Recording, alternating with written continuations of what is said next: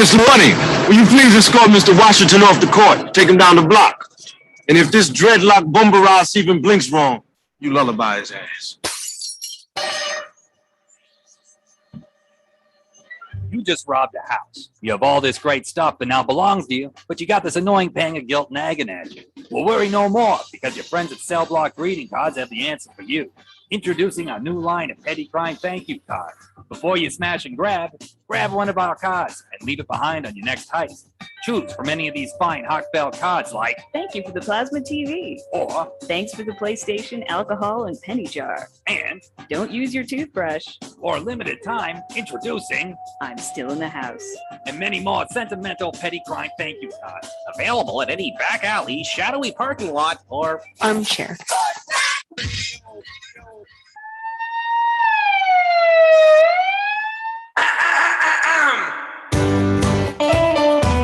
Saturday mornings, 8:30 Eastern. Dixie Football Nation is back and better than ever. We've got Tony Agolini, Matt Carr, Tones Ariola, Bobby and Angelo, along with Mac McGee this fall. Dixie Football Nation heads to the gridiron, talking ACC, SEC, the Big Ten, and all the big games throughout the college football land. That's Dixie Football Nation, 8:30 Eastern, 7:30 Central, Saturday mornings on the Armchair Quarterback Show's YouTube channel, going live. Or catch the instant replay.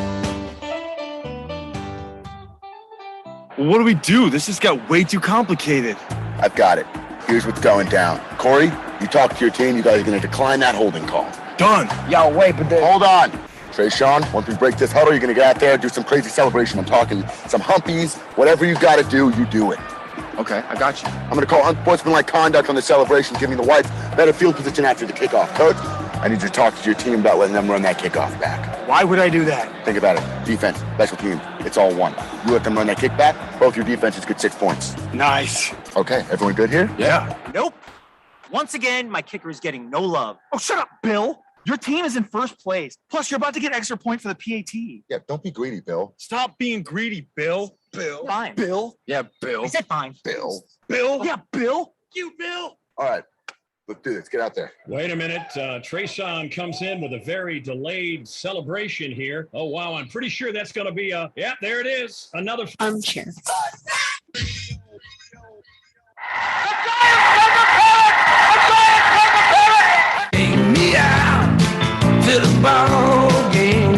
Get caught up with the big stories from around the world in sports in just a few minutes. It's Take Me Out to the Ball Game today, weekdays. Armchair Quarterbacks on YouTube. Baseball, football, basketball, whatever's trending in the world of sports, it's on Take Me Out to the Ball Game today in just a few minutes. It drops weekdays. Take Me Out to the Ball Game today on the Armchair Quarterbacks YouTube channel. Take me out to the ball game. Let me sum it up. Twitter is stupid, and Instagram is Twitter for people who can't read. Ready to go? All set. I can't believe we're going dancing. You don't go that often? No, because it's so stupid. Shall we? It's important to remember the value of taking time for ourselves to do the things that help us grow and explore, like learning something new. And now with the Great Courses Plus, it's never been easier to experience the joys of learning. The Great Courses Plus offers thousands of streaming videos that cover hundreds of fascinating topics, from World War II to choosing the perfect wine. You can even take a course on the U.S. government or dealing with stress and anxiety. And because the Great Courses Plus partners with world-class professors and experts, you're always receiving thoroughly vetted, high-quality content from every lecture. Plus, you can watch or listen anytime, anywhere with the Great Courses Plus app. So take a little time for you. Sign up for the Great Courses Plus today for a free month of unlimited access. Visit thegreatcoursesplus.com/radio to get started. That's thegreatcoursesplus.com/radio. My favorite comedians, I'm excited to talk to you. Well, I'm excited to be here. These chairs are horrific. This is designed for I don't know what age. It's not like 6 to 8, like when you're 11. This is like the perfect size. It's not quite adult size. It's not kid size. I already slouched. It's going to be a bad interview, dude, and I'm blaming the chair. You've never really written on a sitcom before. If you go through your credits, you hadn't really been on a show before. Why'd you have to bring that up? Just right out of the gate, he goes negative. There was all these other nice things on your IMDb page I could have brought up, but I noticed this one glaring thing that you've never done. And right out of the gate, was it because I made fun of the chairs? I'm sorry.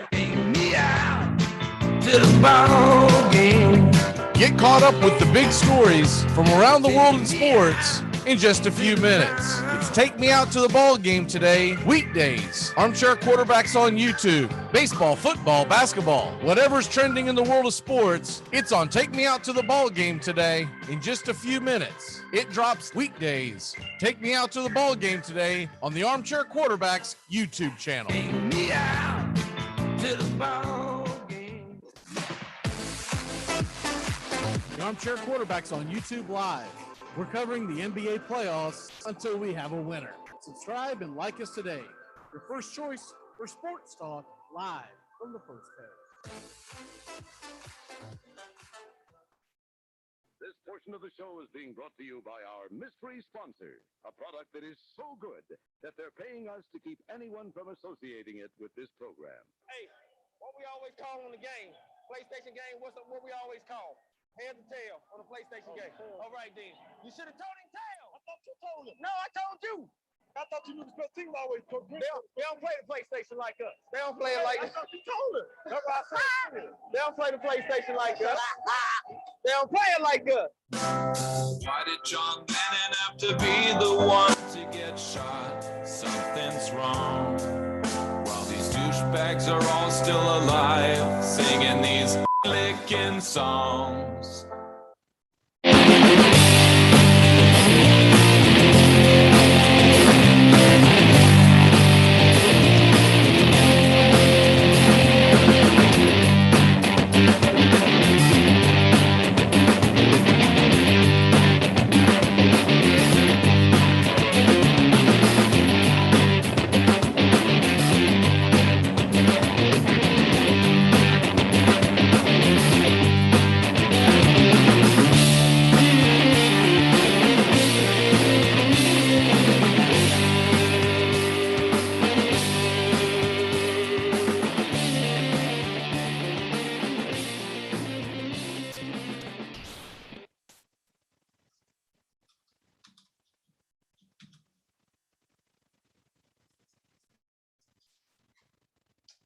Good morning. Make sure I got all my levels ready. And welcome to Dixie Football Nation. Rest of the guys will be here in just a little bit. I wanted to jump on early on Saturdays because we never get a chance to talk about the rest of the world of sports and kind of get you caught up to speed. So we'll be coming on about 8 o'clock every Saturday morning. We'll be doing the same on Fridays and Mondays. If you missed that note, I mentioned it yesterday. So it'll be 8 to 10 Friday, Saturday, and Monday, and then of course the Sunday show will be the same 10 to noon. Don't want to do that early for a lot of reasons. Basically, because when fantasy football comes around, the last thing you want to do is do the show too early and not know the injuries and whatnot. At that point, you're just spinning your wheels. So that's why we go a little later. So good morning. If you missed it last night, first of all, for everyone who has been doubting a certain college football team in the state of Iowa, we want to apologize. I listened to many shows yesterday, many pundits, who were all over Maryland plus, I believe it was plus 3.5 at the end of the actual window closing. I didn't buy into it. I took Iowa. I believe Iowa is a very good football team, and I believe that they are possibly a team that could go all the way to the playoffs and more. And so, Derek a team, look, if they fall behind, we all know it's going to be a disaster. We absolutely know it's going to be a disaster. If they fall behind, it's going to be just an absolute nightmare, and we're not going to be able to undo that per se. In other words, if you go in with Iowa and they get down by a bunch, they're not going to come back. They're not built that way. But the good news of it is this. You don't need to. You don't have to worry about that. And the reason is Iowa's defense plays very good. The offense is very sound. And when it's all said and done, you really don't have to stress about Iowa getting down by a bunch because they play within themselves. They run the football. They play good defense. They play excellent special teams. They're a fundamentally sound team that we have come to expect about an 8-4 season every year out of Iowa, sometimes 9-3. This team could be different. This team has all of the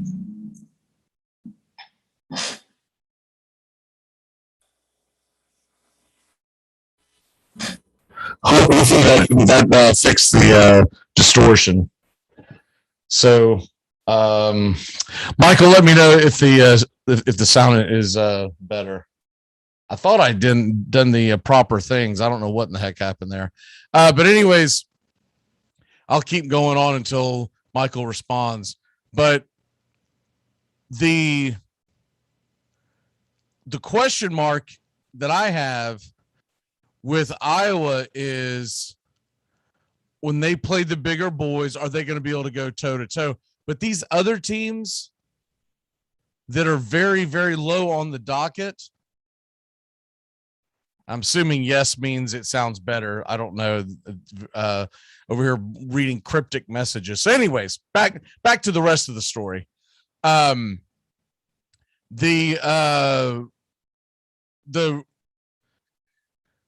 Iowa, I apologize. It kind of gets me off track when the technical side of it screws up. And what it is for people that wonder, because I've figured it out, it's the YouTube Zoom connection. It's essentially YouTube, but they just prefer everything to be pre-recorded. And so when you go live on YouTube, you sometimes run into these issues. And I've dealt with it. I've dealt with it doing the baseball.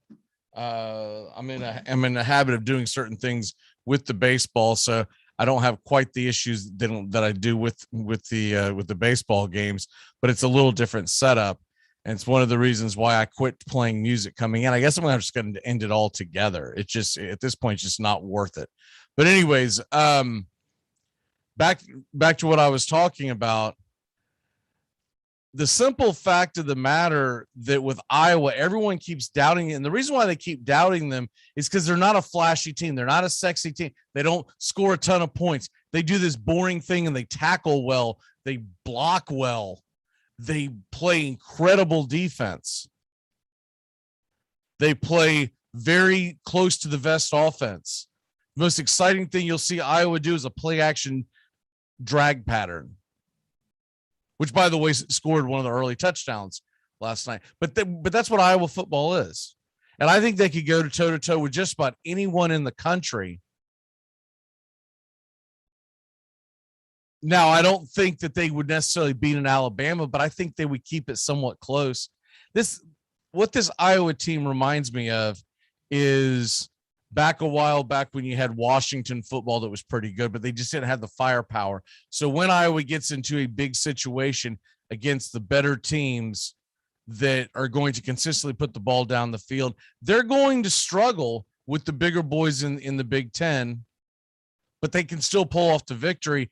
And the opinion of everyone at this point is that essentially the Iowa Hawkeyes are at this point are going to be extremely or overlooked and underplayed. So when you see their lines every week, when it's against a team that I'm going to say is like when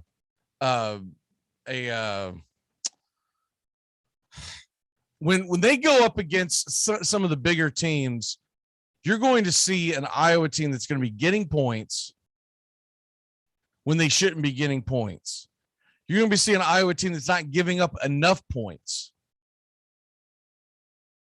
So with all that being said, it gets a little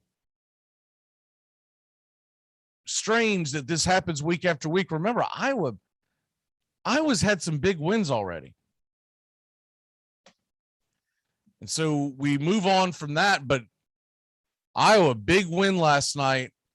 Tagovailoa, by the way, his brother looks like he does in the NFL. Lost, clueless, lack of arm strength, forces the ball. All that was masked when Tua was in college because he was on an incredible Alabama team. But when you look at Maryland going forward, don't fall for that hype because it is some hype that they got going on over there. Some absolute hype. And so I do want to look at it real quick because kind of rattled on about there. All these technical issues kind of got me thrown off. But you look at the Iowa game last night, and I'm gonna pull up their schedule real quick. They're gonna play Penn State. I knew they were playing them soon. I didn't realize it was next week. They're going to play Penn State next week at home. If Penn State wins again today, which they should, and is undefeated going into Iowa, I would think the Nittany Lions are going to give up double digits or close to on the line. Iowa's going to cover that. Iowa's going to put Penn State's foot to the fire, so to speak. And so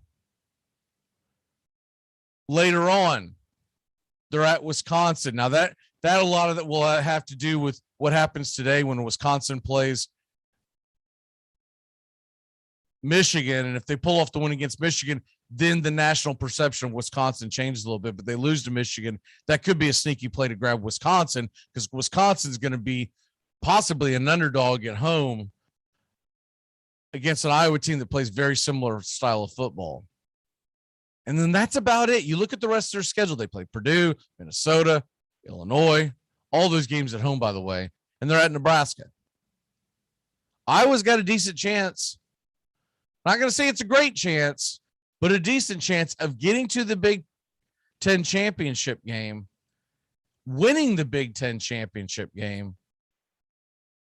And if they do that, Iowa's going to the playoffs. Whether you like it, love it, hate it, whatever, like to see the underdog, only like to see the same four knuckleheads from the SEC and ACC and beyond in there every year. Iowa will make their presence known. Huge game next week. It was a big win to get on the road last night. Absolutely dominated them.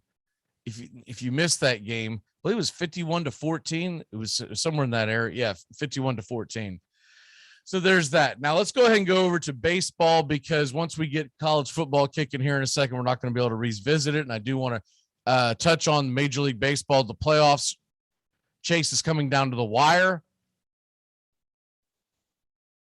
You have 2 days left, 2 days in Major League Baseball. If we don't end up with a tie, I think it's less likely now we end up with the tie in the National League West. But there's a very good chance we can end up with the tie for the AL wildcard. So this is what we have right now. This is what we know. Last night, the Giants won. Last night, the Dodgers won.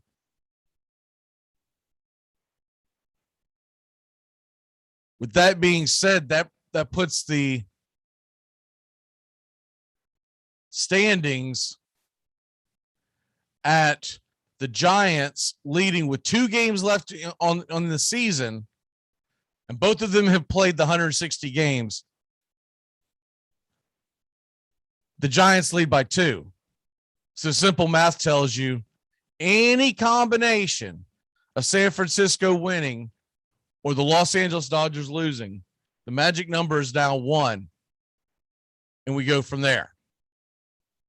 So the Giants and Dodgers both play today. I suspect the Giants are going to do everything in their power to end it today so that they can rest their guys. They've been in an absolute dogfight with the LA Dodgers in a feeling of, I got to win every game mode since, I don't know, late May. It has been absurd.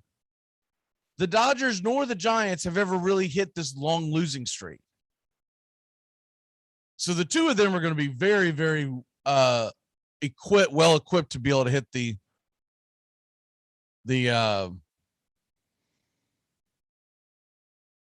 MLB playoffs. Some teams will kind of lose their edge. They haven't had a chance to lose their edge. They haven't had a chance to catch their breath. So here we go. And going on from that, you've got the games going on today in the West. Dodgers are going to be 9:10 p.m. first pitch, but they're going to know, they should know the result of the Giants game. It's Urias versus Burns. Burns is up for the Cy Young Award. Now, whether or not they'll let him pitch an entire game, I don't know. This is his last start before the playoffs. They don't want to get him hurt, but they want to keep him sharp. It's kind of a dance that you do. I think he goes about 4 innings. But at 4 o'clock, I believe it's 4 o'clock. Yeah, at 4:05 Eastern, Musgrove versus Gaussman. That's a very good pitching matchup. If San Francisco loses, the Dodgers are going to be trying to do everything they can to win. If San Francisco wins, the Dodgers are going to bench their folks. So they're in a very advantageous situation where the Dodgers don't even have to set their lineup until they see what happens in San Francisco. That game should end about 2 hours before. Real quick in the American League, Rays Yankees at 1, Red Sox Nationals at 4, and the Toronto Blue Jays, they are playing, I thought they were earlier. They are 3:07 Eastern. And pretty good pitching matchups. You've got Baz versus Montgomery in the Bronx.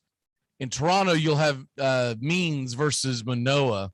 So if you're pulling against Toronto, if you're a Yankee, Red Sox fan, whatever, Means is a very good pitcher. Red Sox have not announced their starter yet. And then out in Seattle lost last night. Seattle had this laid out for them. They're not going to face Ohtani, and they lost last night. So they're going to send Diaz. It's going to be Diaz versus Flexen in Seattle tonight at 9 o'clock. So there you have that. And now what the standings look like before we have to shift gears and go over to college football, as the guys will be jumping on here any second. Real quick, just want to get you caught up in the wild card because these are the only races that matter. The NL West we talked about, and in the AL wild card, the Yankees lost, the Red Sox won, the Mariners lost, Toronto won. So what does that mean today? It means the Yankees sit with a 1-game lead over Boston. If it ended today, Yankees host Boston for the wild card. But right below that line, Seattle's a game back and Toronto's a game back. There's 2 to play. The Yankees' magic number to get into the playoffs, to get into some kind of a scenario, would be to win today. And that's it. They just need the 1 win, and they'll punch their ticket. They would like to have the home field advantage, but we'll get more into that tomorrow morning as I'll jump on a little bit early to talk some baseball. But that's what you got going on in Major League Baseball today. So all the college football that's going to be going on, and I know we're all very much excited about it. It is going to be an absolute down to the wire shoot in the American League wildcard race. They're going in 4 wide with 2 games to go. You don't get that very often. It should be a lot of fun. So I'm going to be watching all the AL baseball that I can, keep up with that along with the football. All right, let's go and get this sucker started. Actually, I believe there's so many things women can do better than guys. Women can do things. Here's one example that I was at the mall with my nephew babysitting. I'm just walking through the mall, and a woman I didn't know pulled up a knee. She goes, "Is that your son?" I go, "No, it's my nephew." And she without any hesitation, she says, "He is adorable. What's your name?" "You are so cute. Marcus, when you turn 18, I'm coming back for you. You're a little heartbreaker. Save him for me. He's so cute." And she walked away. Went back to shopping. I challenge any man in this room. Any guy, go to the mall, just approach a woman you don't know. "Is that your niece? Can I have a word with her, please?" "Wow, when you turn 18, I'm coming back for you. Save her for me." That's a good one. You don't get to walk out of the mall. They escort you out of the armchair. Hyperbole is done. Now we can finally play the game. It is the 3rd Saturday in October, and the show is on one more time in Knoxville, Tennessee. We are live in Tallahassee, the capital of the great state of Florida. There's no law against scalping tickets in this part of the country, and premium prices have been paid. That's Desmond Howard going in motion on 2nd down and 5 for Michigan, playing on real grass at Michigan Stadium. Throw it to the sideline. It is intercepted. Florida State was sitting and waiting for it, and Terrell Buckley has scored a touchdown. How do you do? All right, here we go. 56-yarder. Does not have the leg.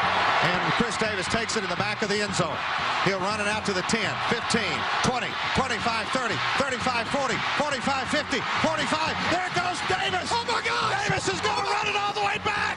Auburn's going to win the football game. Auburn's going to win the football game. They're still in deep trouble in midfield. They tackle him. The ball is still loose as they get it to Rogers. They give it back now to the 30. They're down to the 20. Oh, the band is out on the field. He's going to go into the end zone. He's going to the end zone. But the bands are out on the field. There were flags all over the place. The most amazing, sensational, dramatic, heart-rending, exciting, thrilling finish in the history of college football. California. In trouble in the backfield, wants to throw now, and he's going to go deep. And I mean deep, and I mean touchdown, Florida! Tyree Cleveland in a miracle finish. A Hail Mary that's full of grace for the Gators. Barkley trying to bounce it. And does escape. Saquon Barkley in the clear. Still got it. Saquon Barkley all the way to the end zone. Electric. 79 yards. It's a 31-30 game. And what does Nebraska do? I have not seen the kicker come on the field, and I don't think he's coming on the field. Tom Osborne made this decision a long time ago. He's decided to go for 2 and take his shot at winning. I commend him for it. This is for the national championship for Nebraska.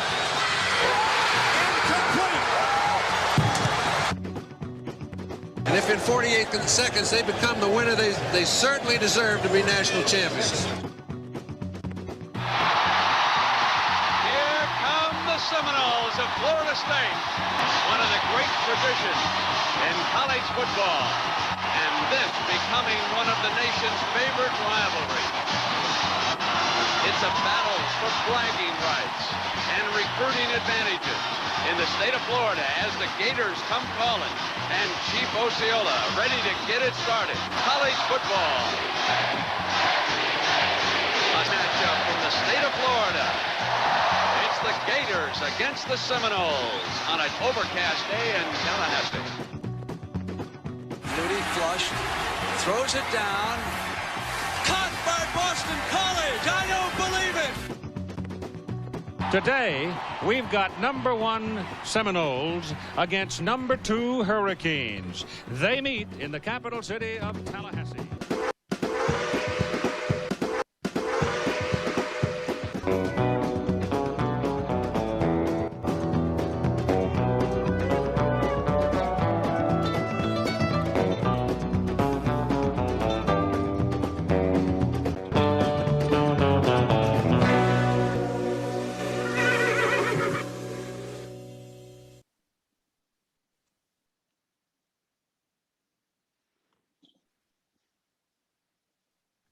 morning. How are you, Mr. Bobby? I'm doing great. How are you? Good. Does my sound okay? Yeah, it sounds great. Well, we're gonna have to start these choppy starts now because evidently, if I talk over the intro music, it blares it and distorts the hell out of it. So ran into that again early this morning. So welcome to the show. Tony Agolini should be on the way. He's I've already seen him tweet out the show. So he should be on the way and getting ready for another great day in college football. So if I keep looking to my right, I'm looking to see if he's in the waiting room. So anyways, with all that being said, are you ready for Florida to get their butts kicked by the Kentucky Wildcats this morning? That's a bold prediction. No, I'm not ready because I don't think it's going to happen. I think this game is going to be closer than people expect. I expect Florida to have their routine slow start to the game, pretty sluggish first half. We might be down at half. Who knows? People will start freaking out, but I think we'll win this game. I think we'll win by a touchdown or so. I'd say 4 to 7 points is probably where we'll win. I do think it'll be close, but I don't think we'll lose. I don't really think that you're going to lose either, but I do think that I think it's possible. I'll put it that way. I think it's possible, but I wouldn't. If that line would have gotten a little higher, but it looks like it's staying right at 8. So I'm honestly steering clear of it. I cannot stand here and grab Kentucky at 8 and feel good about it. I thought it was going to get closer to 10 and then maybe buy the hook to get it to 10.5. And at that point, I would have felt a lot better about it. It is consistently stayed at 8. I think at one point it was actually at 9 earlier this week. That's why I thought it was going to go up. I'm going to keep an eye on it before kickoff to see if it does go up. But I'm not I don't feel as comfortable with 8 because Kentucky is still Kentucky in my book. The athletes at Florida should be better, and that's what it really comes down to. Welcome on the show is Mr. Tony Agolini. Tony, how are you? What's up, guys? How are you? I am just fine. Not really. Florida State kicks off in 7 hours, and I have no way of preventing that. So I have to watch that junk again. It's still early. I think they got to beat Syracuse, right? I mean, they should have won. By that logic, they got to beat Jacksonville State. I know. Isn't that crazy? They got to beat Wake Forest. They got to beat Louisville. Louisville stinks. I mean, UMass is right around the corner, so they got to beat UMass, but they might beat Syracuse. There comes a point where I'm going to start pulling against them so that they'll just fire them because whatever's clicking in his head, it doesn't seem like that the wires are touching, and it's like they can't put a game plan together to beat. You've got to figure they've got better athletes than Louisville, than Jacksonville State, than Wake Forest. They've got to have better athletes. Yeah. So is he just getting? I think he's getting out coached. And I will say one thing for them: they looked a lot better in the second half last week. Then they haven't looked like a decent football team. They haven't looked like a decent football team since the tail end of the Notre Dame game. And so they were showing promise at the end of the Louisville game. I thought they were had a chance to backdoor and win that game. They shut Louisville out in the second half, but the offense just does not go. And for whatever reason, I saw a stat and it drives you nuts. You got 2 running backs that are averaging close to 9 yards a carry, and yet they touched the ball a total of, I think, 7 times in the second half. So he's chucking it all over the place. Yeah. So anyways. Are they going to play the young? Are they going to play the young quarterbacks like Milton? From what I've seen of Milton doesn't look anything like himself, and then Travis can't seem to stay healthy. All right, so I'm in the camp of play Purdy. Yeah. And play somebody. But he seems to be very hard-headed, and he doesn't give out a lot of information during the week. So it's kind of one of these wait and see type of things. And when we actually see, where it's at, at kickoff, I'll be able to react with it from there. But as of right now, I'm assuming it's going to be the same old junk again. They're going to send out Milton, and then if Travis can play, they're going to send him out. And it's not fun to watch, to be honest with you. It's a very boring brand of football, watching these two quarterbacks bump into each other. It's like watching bumper pool, and you sit there and go, ugh. And the defense played much better in the second half, but okay, whoopity do. So you didn't give up 31 points. All right, great. I mean, it's just right. That in that defense, as well as the line is played with the pass rush, the defense just isn't built with the recruits that they have currently right now because of what happened during the Taggart era to be able to just shut people down. So it's going to be another mess. We'll see what happens. I do believe they do have a decent chance, but I'll tell you one thing, there's no way I'm laying -5.5 with Florida State against Syracuse. Syracuse beat Liberty. So they've got a chance to beat Florida State. If I'm taking anything in this game, it's Syracuse plus 5.5. But I don't typically bet on Florida State games to begin with, and I'll never bet against them. But it's just I'm steering clear of this game. I have like a this and the Cincinnati Notre Dame game. I won't touch them with a 10-foot pole. Yeah. That Cincinnati Notre Dame game, I don't know about y'all, but it stinks. 2 points and 2-point underdog, and Notre Dame's at home. Mm-hmm.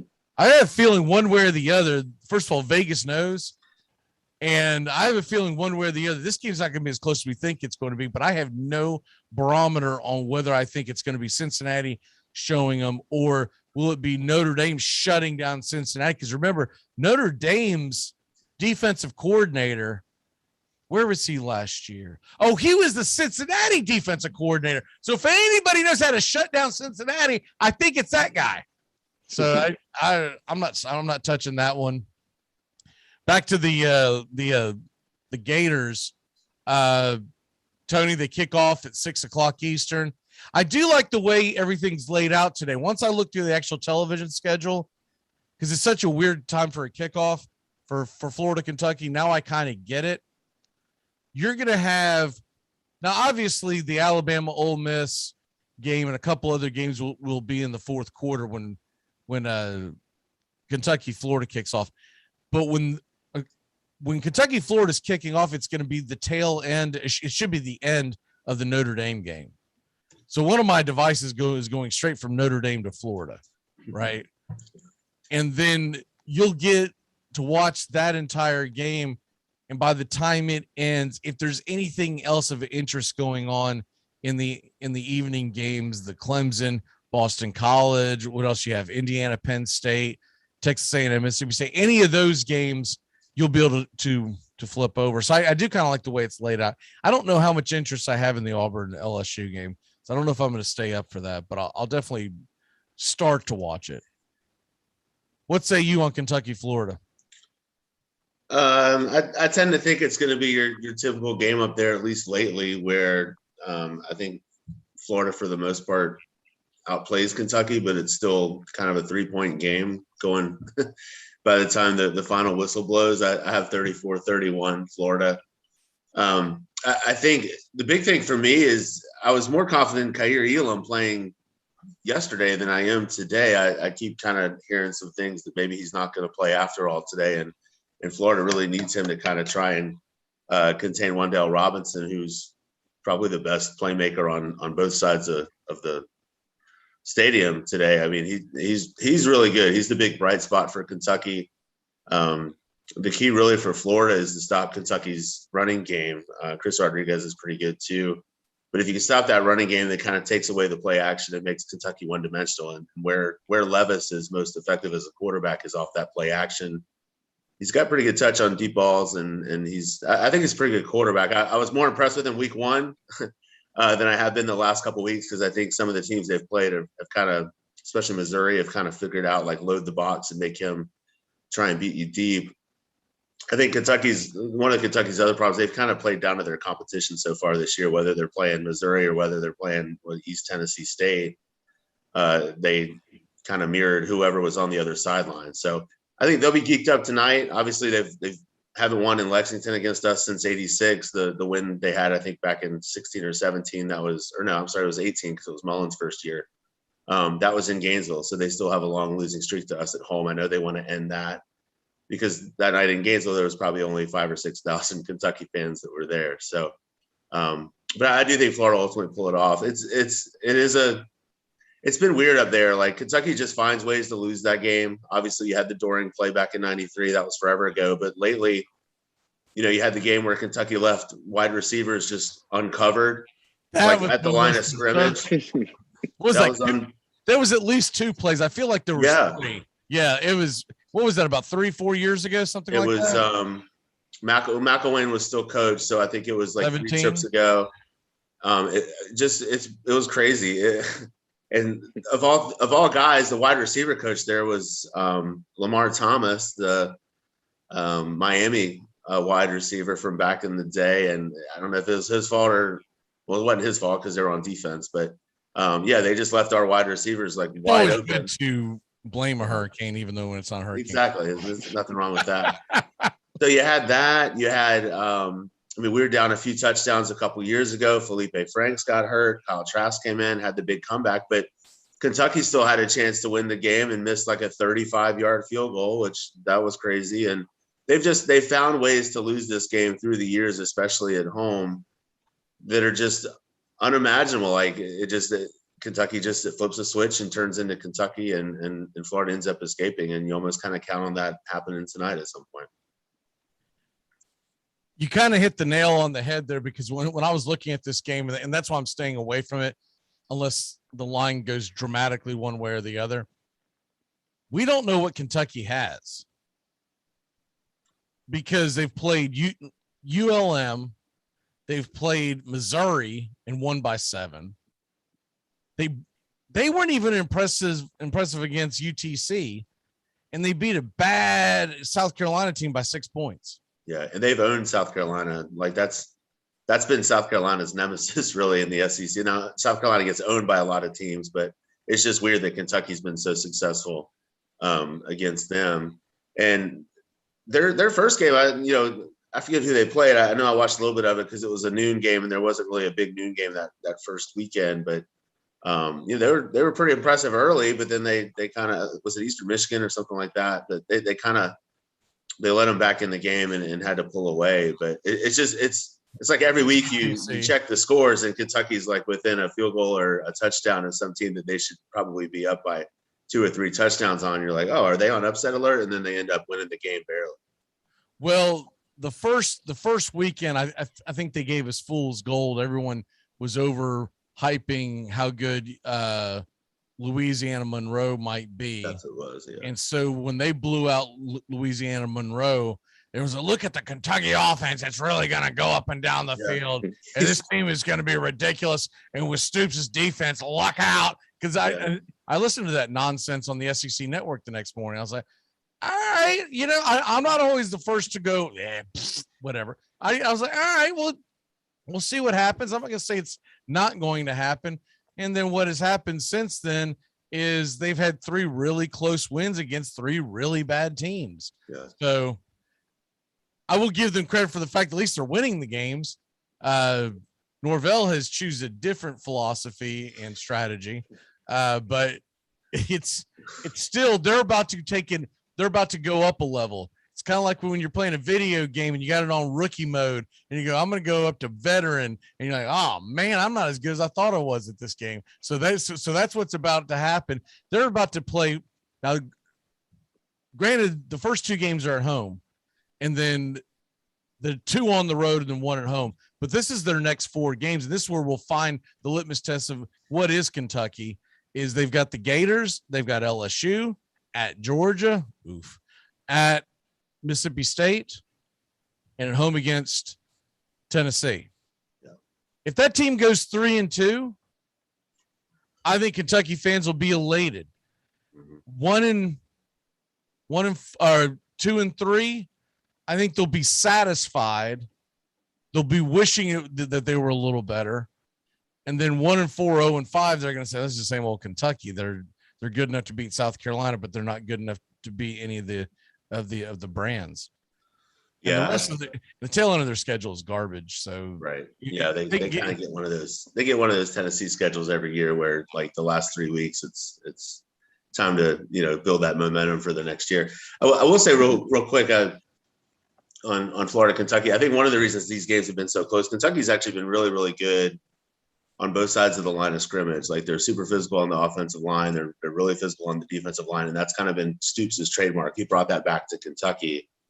And Florida hasn't really until really this year. And this is the first year where, Florida's overcome Kentucky kind of pushing them around the last few years and escaped with wins. I think this is a year where at least Florida's back to maybe pushing the other team around a little bit, at least like second half against Bama.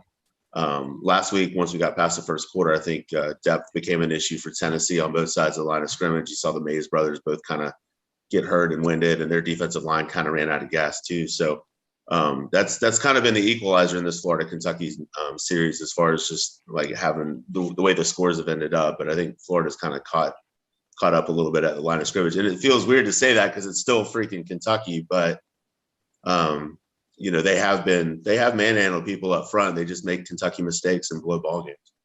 If they were playing anyone else, I'd say they'd have no chance, but there is a history in this rivalry of being close. Florida normally wins. The game somehow finds its way to be close, and it's in Lexington. If it's in the Swamp, I would have to just kind of assume that Florida's going to pull away, win by 2 or 3 touchdowns, or what are we talking about here?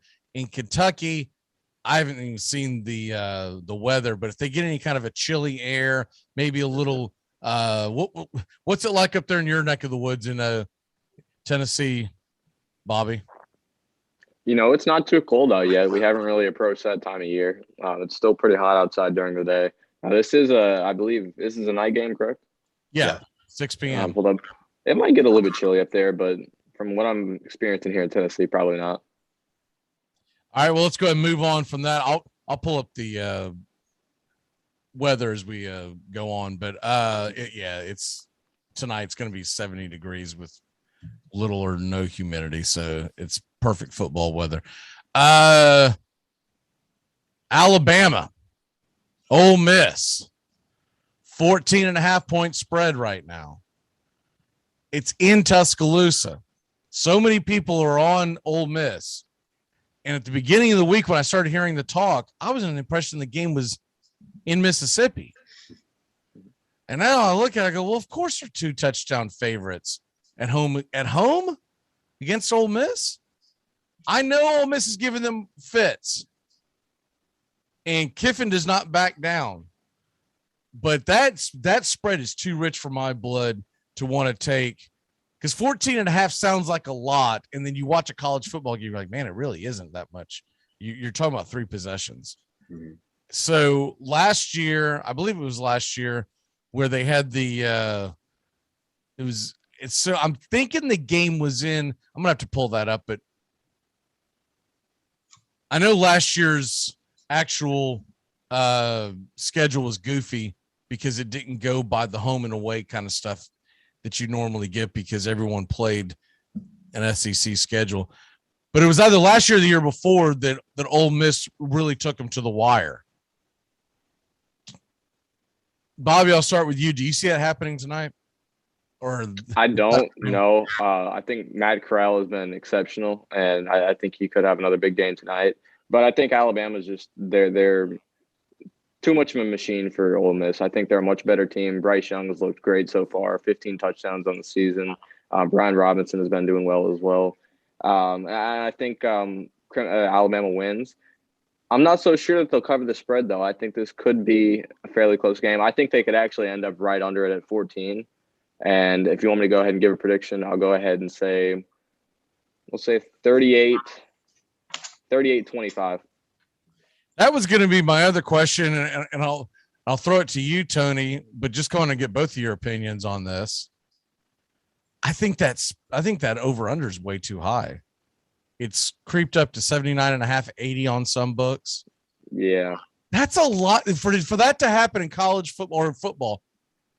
And I know it's more likely to happen in college than pro, but you can't have like a dead quarter and reach that unless it goes to overtime. And that's the only 80 points is a ton.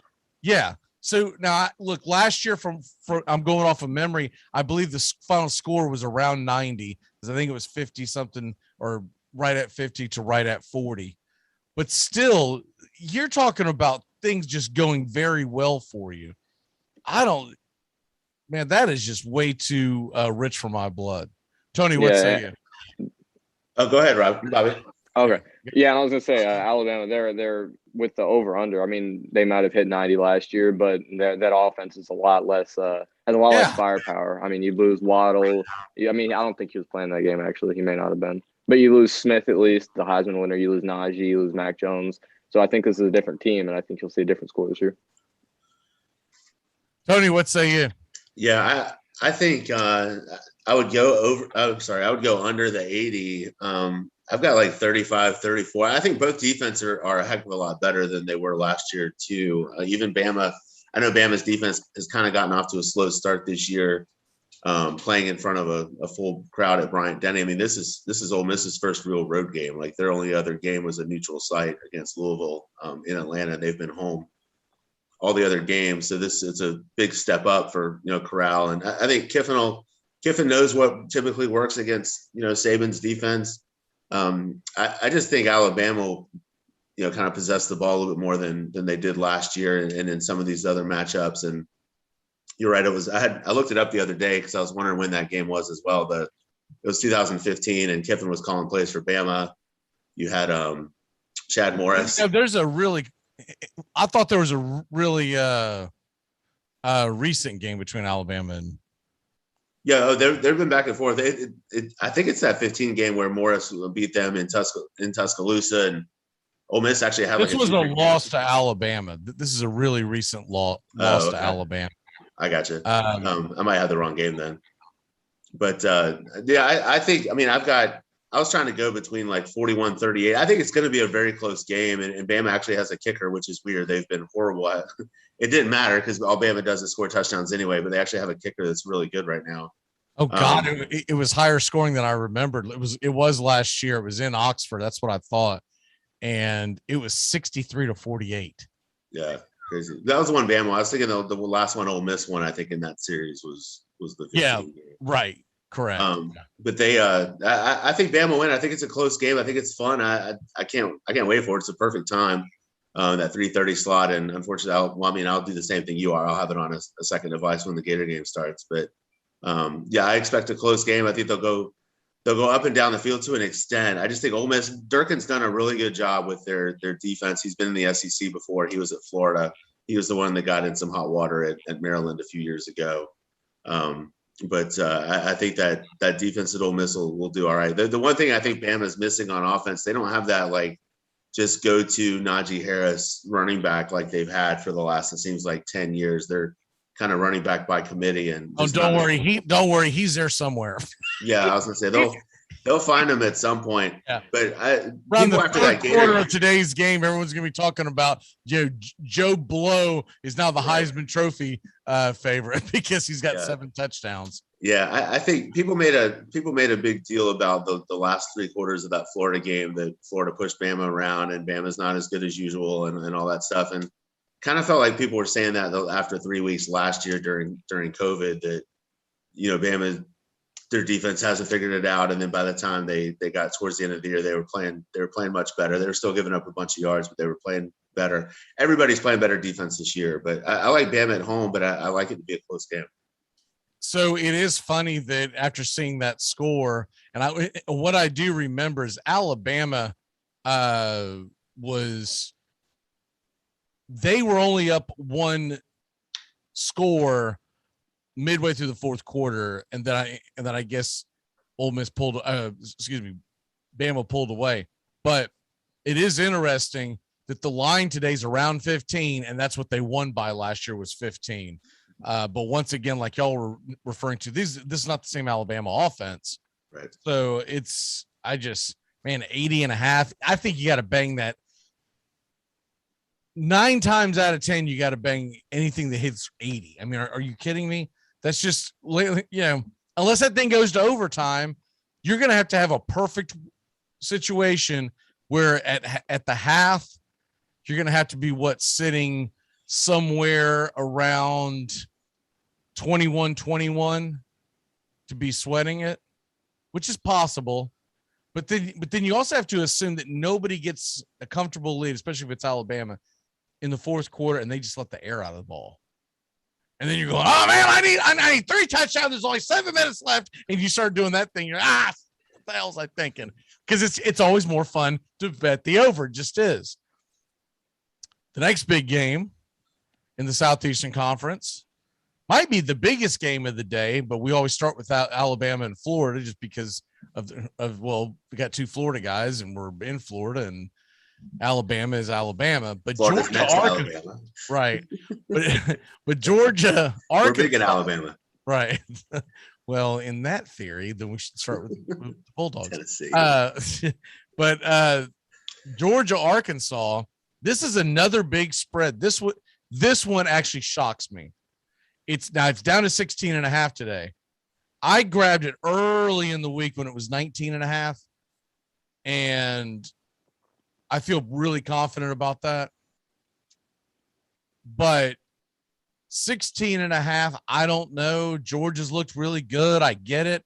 But at the same token, Arkansas is the Iowa of the Southeastern Conference. Folks keep saying, they're not that good. And folks keep being wrong.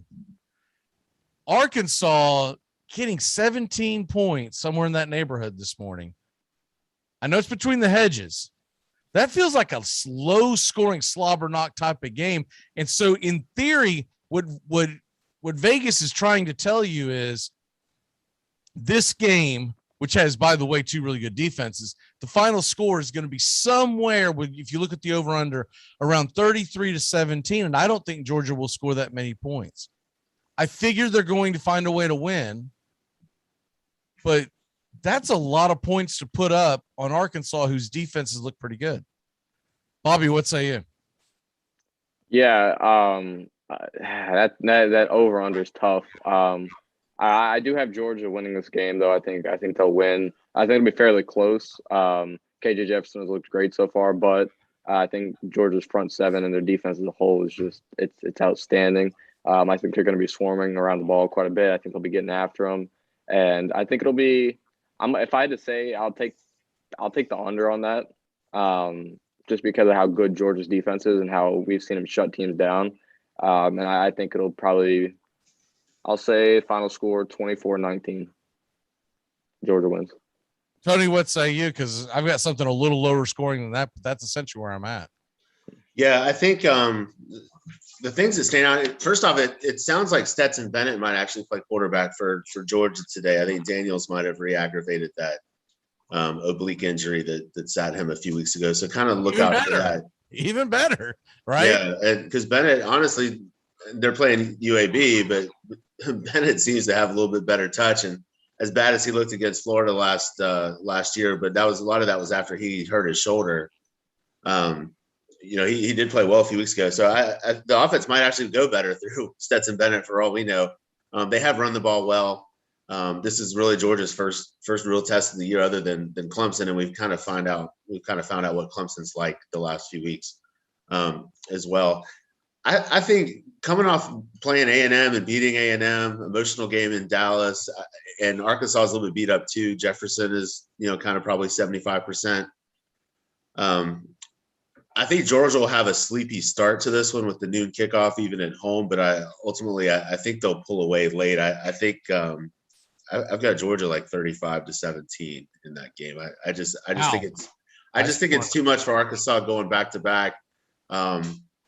Pittman, I think Pittman's a great coach. I wish he was the offensive line coach at Florida for a bunch of years. Unfortunately, Georgia had him for a long time. He's the perfect coach for Arkansas because he has that blue collar, win it at the line of scrimmage mentality that Arkansas has had for years. What they thought they had when they hired Belima.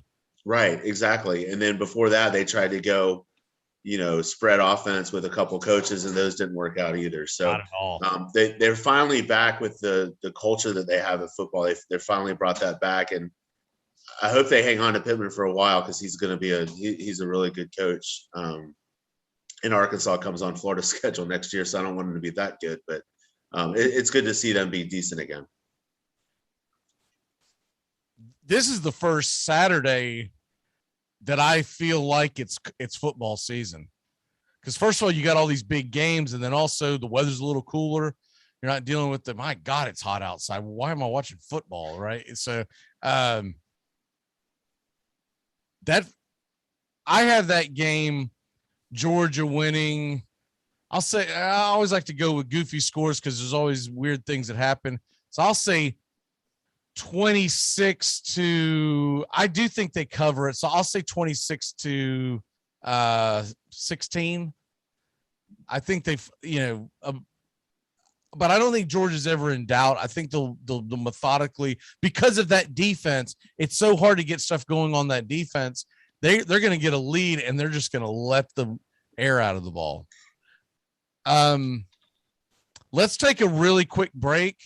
When we come back, it's going to be time for stupid underdog picks and the whole 9 yards. So keep it locked in here, and we'll be back in just a flash. Cool. Wizard versus nerd.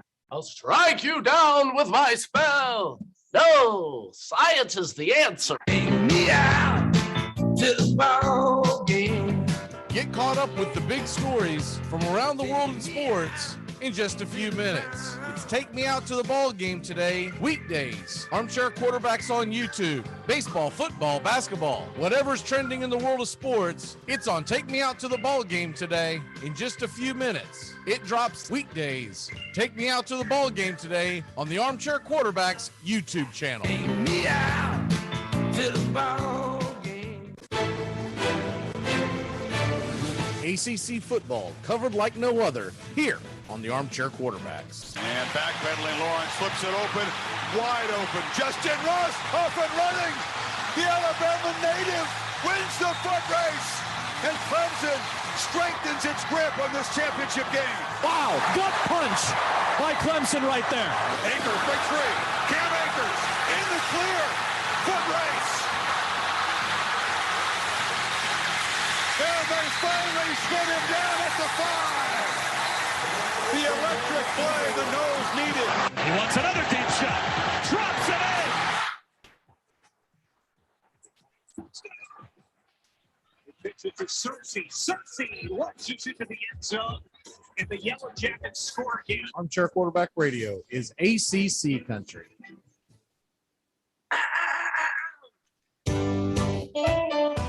Saturday mornings, 8:30 Eastern. Dixie Football Nation is back and better than ever. We've got Tony Agolini, Matt Carr, Tones Areola, Bobby and Angelo, along with Mac McGee this fall. Dixie Football Nation heads to the gridiron, talking ACC, SEC, the Big Ten, and all the big games throughout the college football land. That's Dixie Football Nation, 8:30 Eastern, 7:30 Central, Saturday mornings on the Armchair Quarterback Show's YouTube channel, going live. Or catch the instant replay.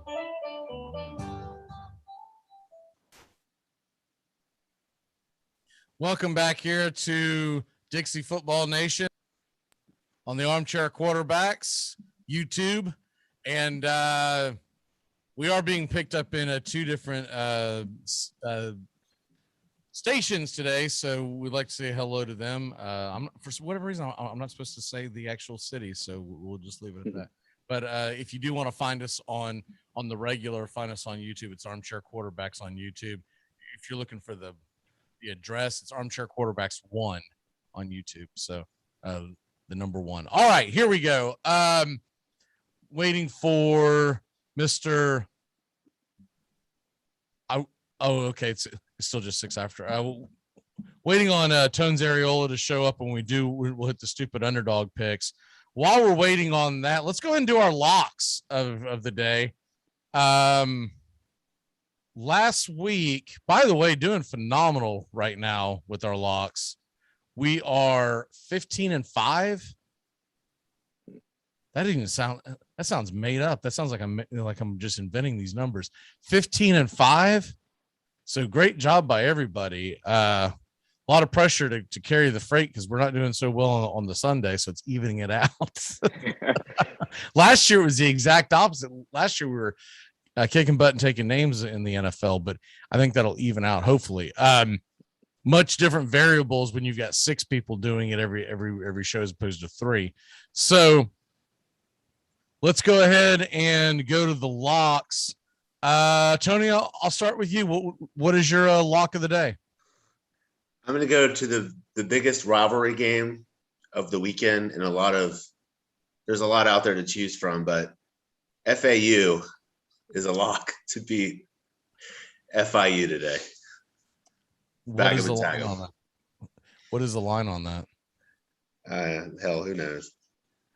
2 Well, touchdowns. I mean, it's a lock, so we're talking. about When you get to pick a Willie Taggart team to win a big game like FAU, FIU, it doesn't matter what the line. There's not a line big enough for FAU in this game. What time is the game? Saturday. Do they even play each other? They are playing each other because I know I just saw it. Okay, so here we go. It's an Easter egg hunt. All right, so FAU minus 10.5 at home against FIU. Take it to the bank. I like it when those 2 teams play because any other time I get these 2 schools confused. How about the coaching matchup? You get Taggart and Butch Davis is still at FIU. Because I think it was FIU. Now, you know what? I can't swear by. Which one was the one that Howard Schnellenberger went to? FAU. Okay, so he was FAU. So that's the one that was in the whatever conference it was at Middle Tennessee, Conference USA. Right. FIU is best known for beating Miami a couple years ago at the Marlins Stadium and then fighting Miami like 10 years ago at Joe Robbie Pro Player Hard Rock Stadium. I remember that game because I had a good friend that was at that. It was in a scrum themselves in the stands. But yeah, okay. But I always get them 2 confused what cities are in. It's just, come up with something else. I don't know. Florida. Because there's a really stupid thing is the Florida international things. What? It's Miami. International. We're international. Yeah. So it's an airport. Well, that's what I always think. Are they playing at an airport? Now, is FAU, is that in Miami as well? FAU's in Boca.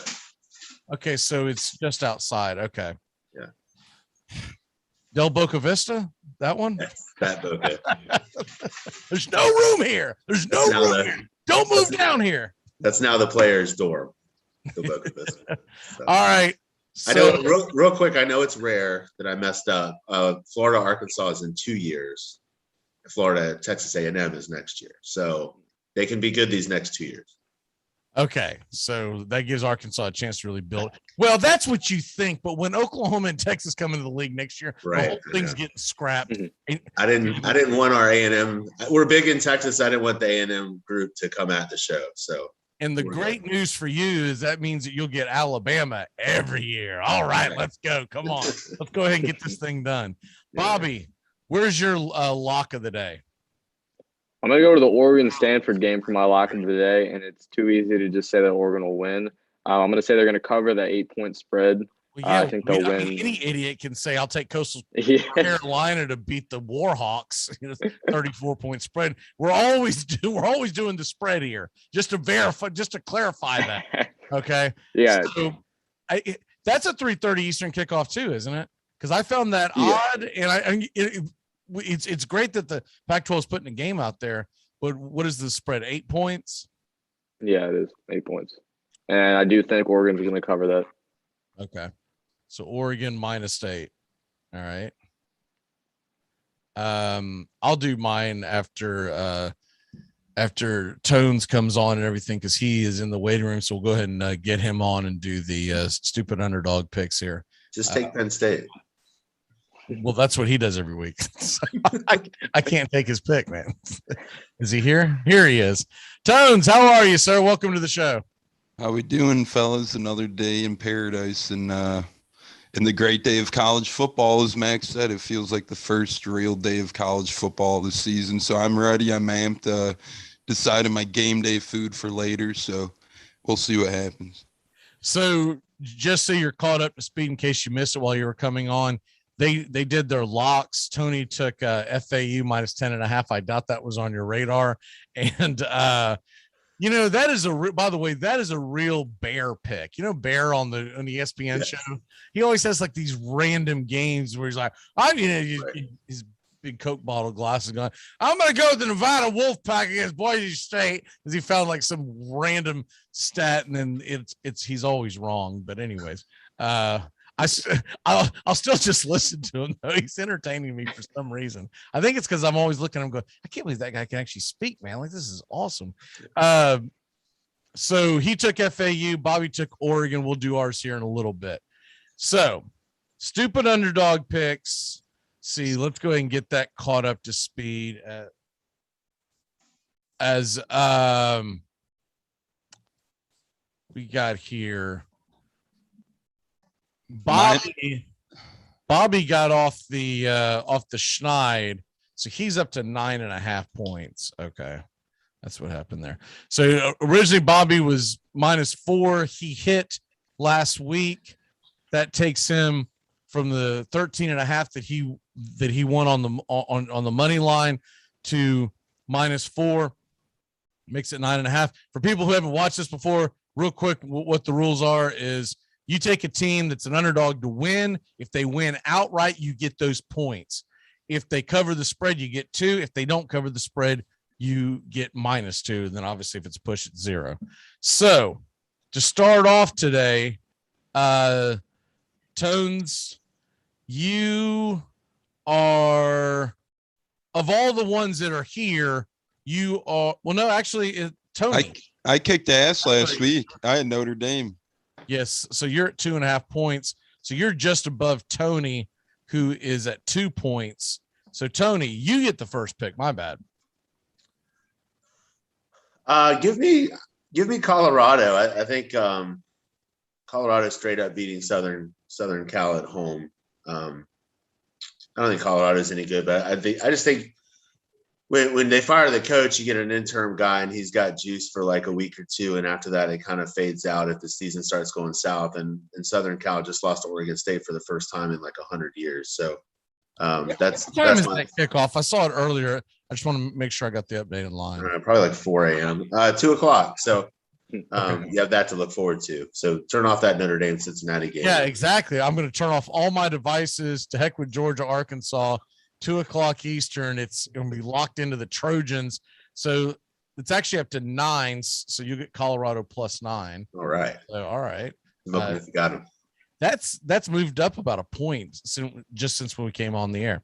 Yeah, so, they a couple of those guys out in Vegas, I heard, watch this, and then like in Goodfellas, where he runs to the payphone once they make their bets, once they get the inside info. So people watch this show and run straight to their nearest payphone and make their calls to Vegas. And specifically a payphone. Yeah. But it's the 35. It's the 35-cent one, not the quarter. Well, I don't know if they're doing that for your picks, considering the fact you rarely know what the line is. It's the group.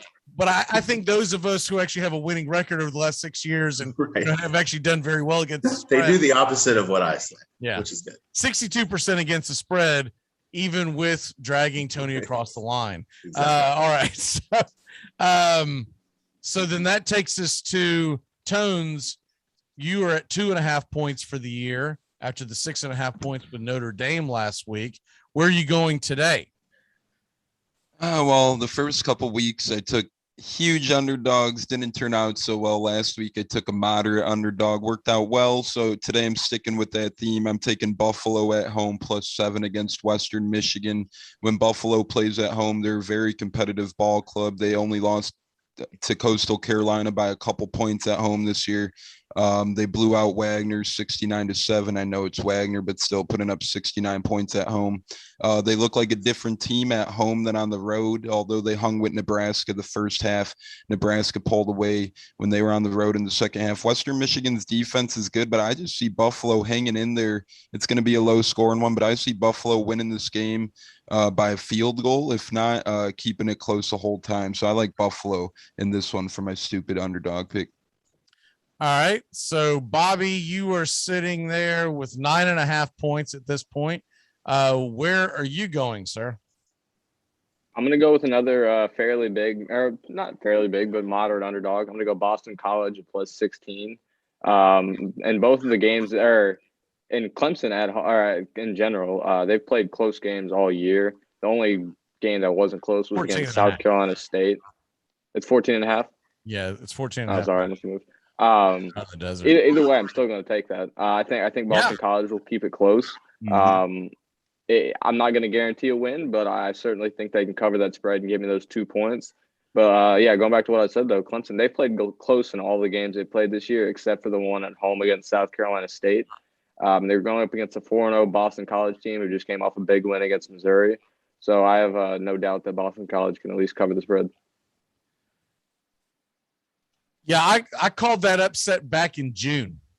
When I looked at everything laid out, I felt like Boston College could go in there upset that. I wasn't expecting to be coming off a loss, so Clemson might find a way to win. But I'll tell you what, Ugalele, I finally learned how to pronounce his name like 2 weeks ago, and it hasn't done me any good because now he just sucks. So it's just like, so I wasted a lot of time learning his name. And here's a weird stat that I saw yesterday, and this is interesting. In the world of the transfer portal, did y'all see this yesterday? Clemson, they have lost 20 players to the transfer portal since it opened. Jeez. You have any idea how many players have come over to Clemson for the transfer portal? 0. Oof. And the point that was being made was Sweeney might need to change his philosophy, because you got to have to kind of roll with the punches. If you're going to lose 20 guys over the last few years, you don't bring anybody in. You're only going to bring guys in you recruit. I don't know if he's just being hard-headed. I have a hard time believing that nobody wanted to transfer to Clemson.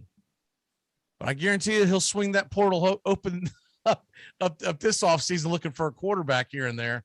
Yeah, you know, what's funny to that point, there was a 5-star running back from Lakeland, Bowman, who went to Clemson and played a little bit. He transferred to Florida this year. He really hasn't seen the light of day, I don't think, since the opener, and hasn't dressed. And is that because of performance, or is that just because he's so young? It's being so young, and our running back room's pretty full now. He'll get all the chances in the world next year because Pierce will leave, and I think Davis will be gone, and so you'll have Naquan Wright and Bowman and maybe Lingard if he sticks around. But he just came here with a loaded room. I assume he's happy, but you're right. Like you don't see, players aren't leaving Michigan to go to Clemson. Like, Milton left to go to Tennessee, and Milton's not any good, but at some point you do have to hit that. But Alabama's bringing guys in. So yeah, absolutely. It's almost like he's being hard-headed, because I have a hard time believing that no talented player says, I want out of here. Let me call Clemson. Right. Right. So my only guess to that entire thing is he's just absolutely not taking any calls on it, because and he's paying the price at this point. Right. Look tonight, like we've got 2 guys from Penn State. I'm only saying this because Jones is here. Shorter, and then Valentino, and then Kentucky's quarterbacks of Penn State guys. So like, there's not a single quarterback that thought, you know what, I'm okay at this place, but I could be really good at Clemson if this Ukulele guy doesn't pan out. Absolutely. All right, so my stupid underdog pick, y'all gonna leave it there for me, so I'm gonna take it. Give me Arkansas plus the it's not back up to 17. It's been swinging back and forth. If you like that line, I'd grab it now and then maybe push it up to the 17.5. But you're talking about a team that's played pretty well. Any goofy thing can happen, even though it's between the hedges, and I'll take my chances. Especially, I have such a big lead. I thought about taking Syracuse just to hedge my bets. I'm like, I'm either gonna, if it was a bigger spread, I would do it. I'm either gonna cover that and hit that, or Florida State's gonna finally win a freaking game, and I'll be happy either way. But I'm gonna go ahead and I just don't trust. I don't know. It's just, go Hogs. That's for sure. Yeah.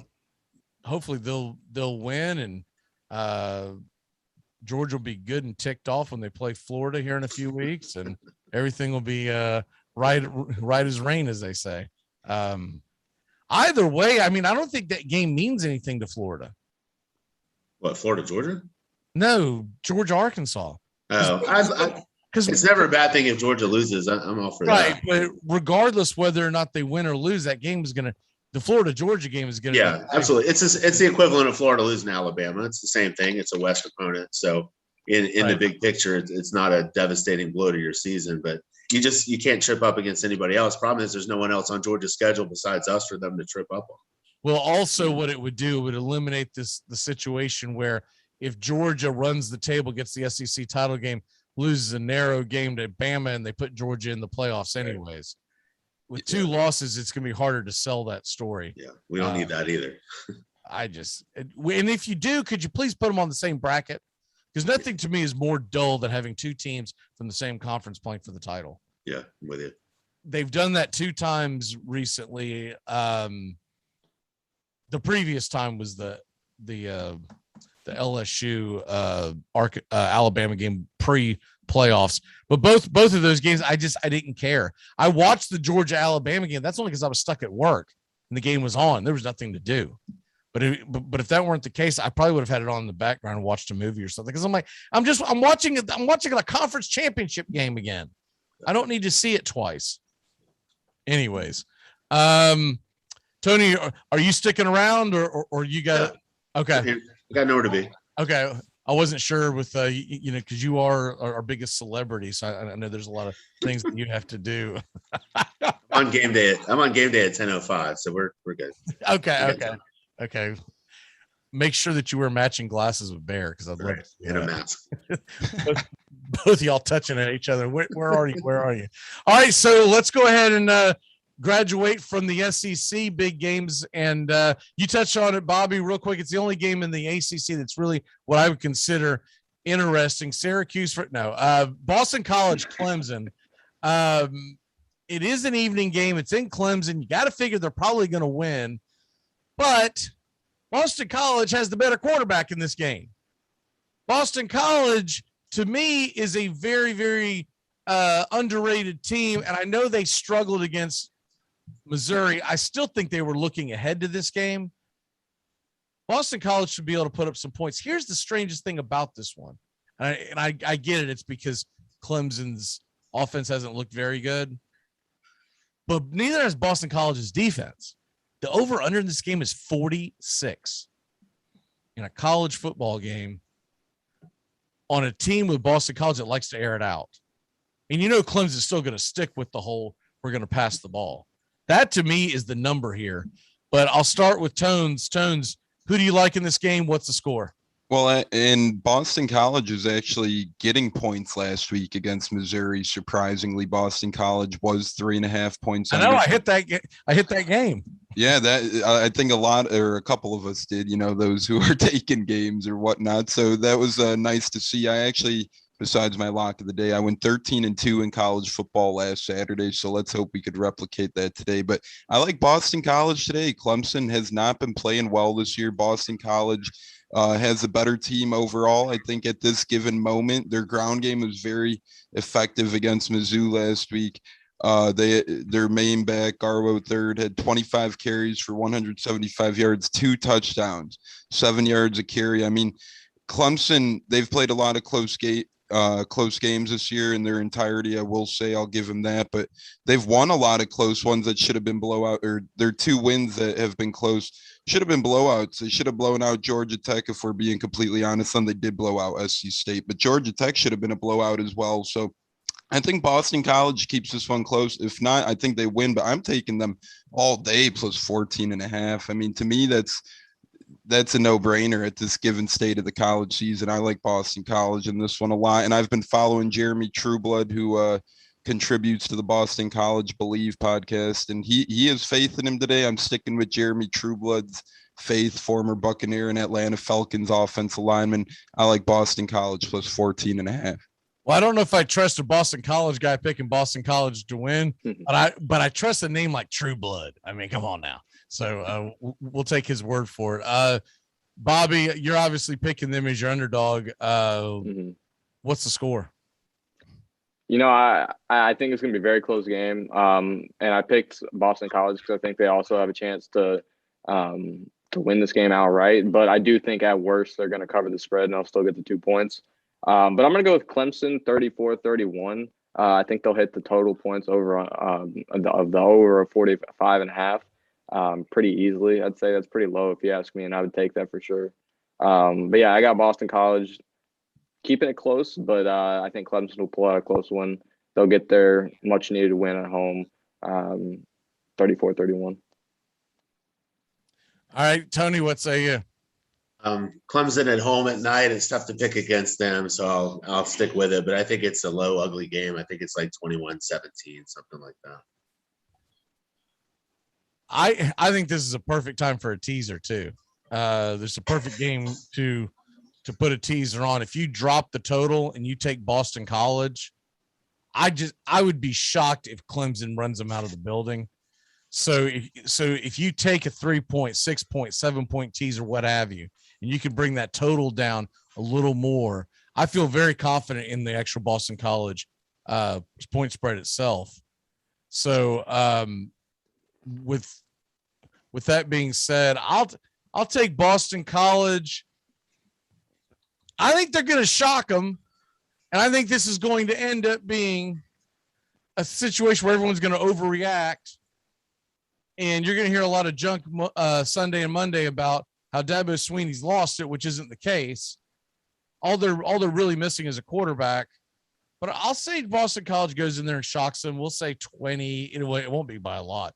We'll say 24-23. And they just find a way to eke one out. The next game, we'll go Penn State versus Indiana. This is another similar game. Indiana is a team that was highly touted coming in. They haven't played very well.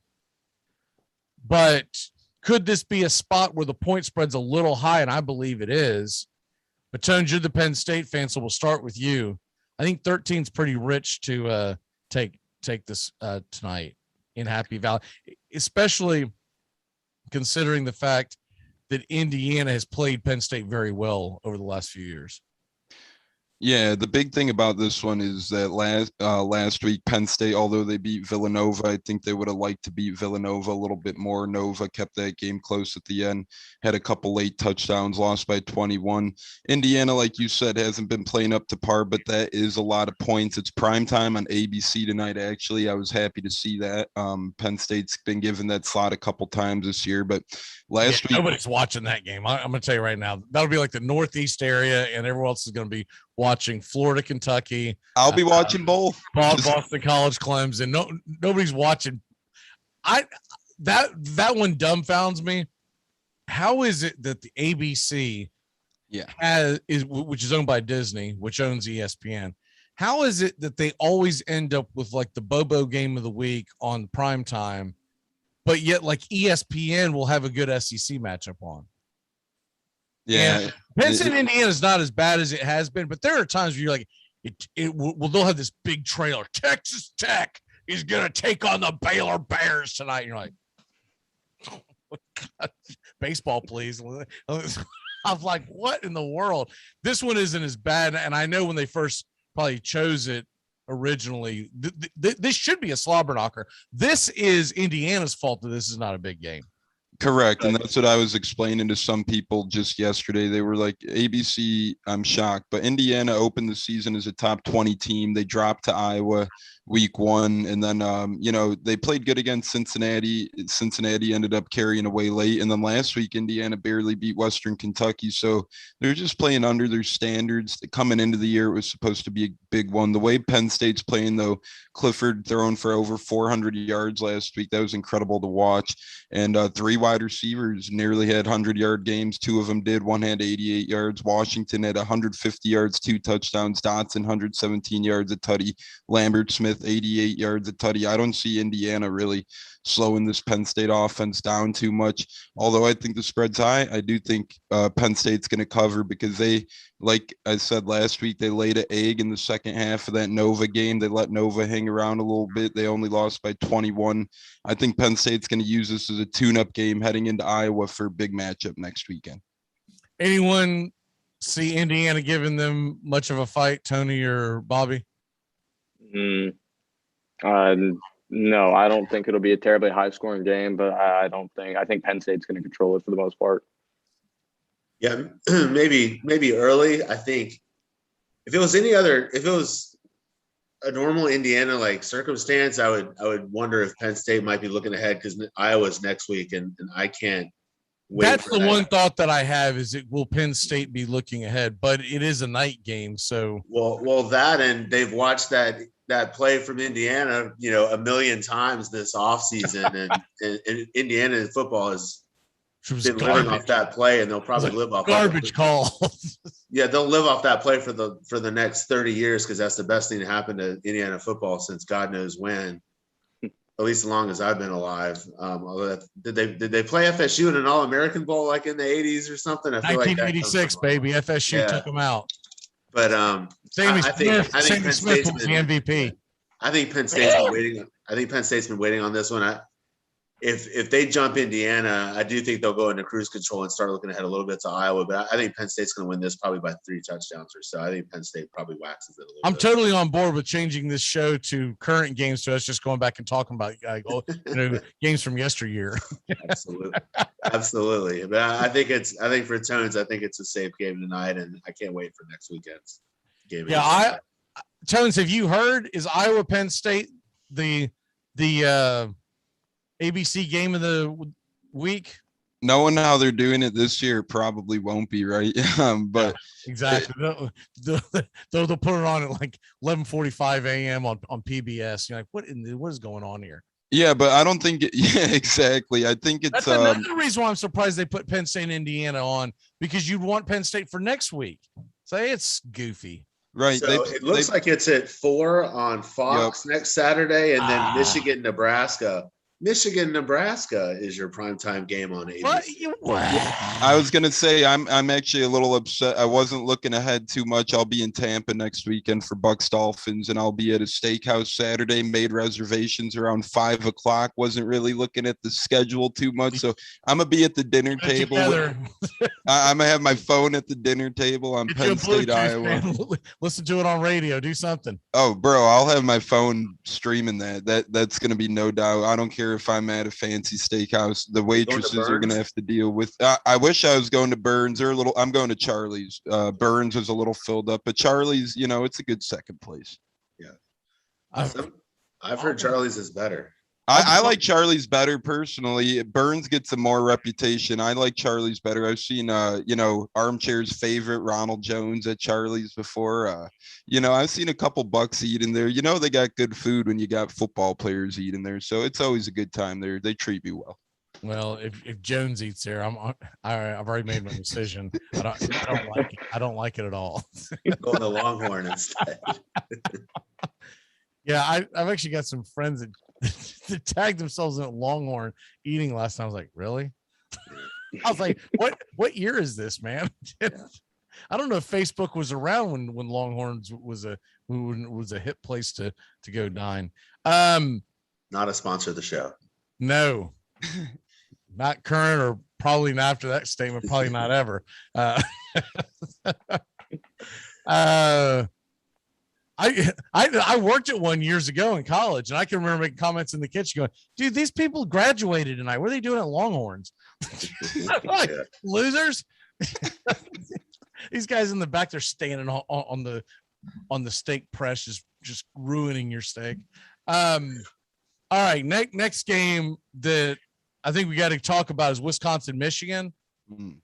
Man, I have got no feel for this. If you put gun to my head, I'm going to say give me Wisconsin at home, because every time they've played Michigan, they tend to just maul them. But Wisconsin hasn't looked like Wisconsin this year. Although I do think that Notre Dame-Wisconsin loss, you look at the score and you figure it was a blowout. If you watch that game, the game was nip and tuck to the fourth quarter. I'm going to lean Wisconsin because I've got to see Michigan actually do it before me actually believe it. Tones, what say you? I'm just saying I need to see Wisconsin do it this year before I could pick them in any game. They've looked very bad.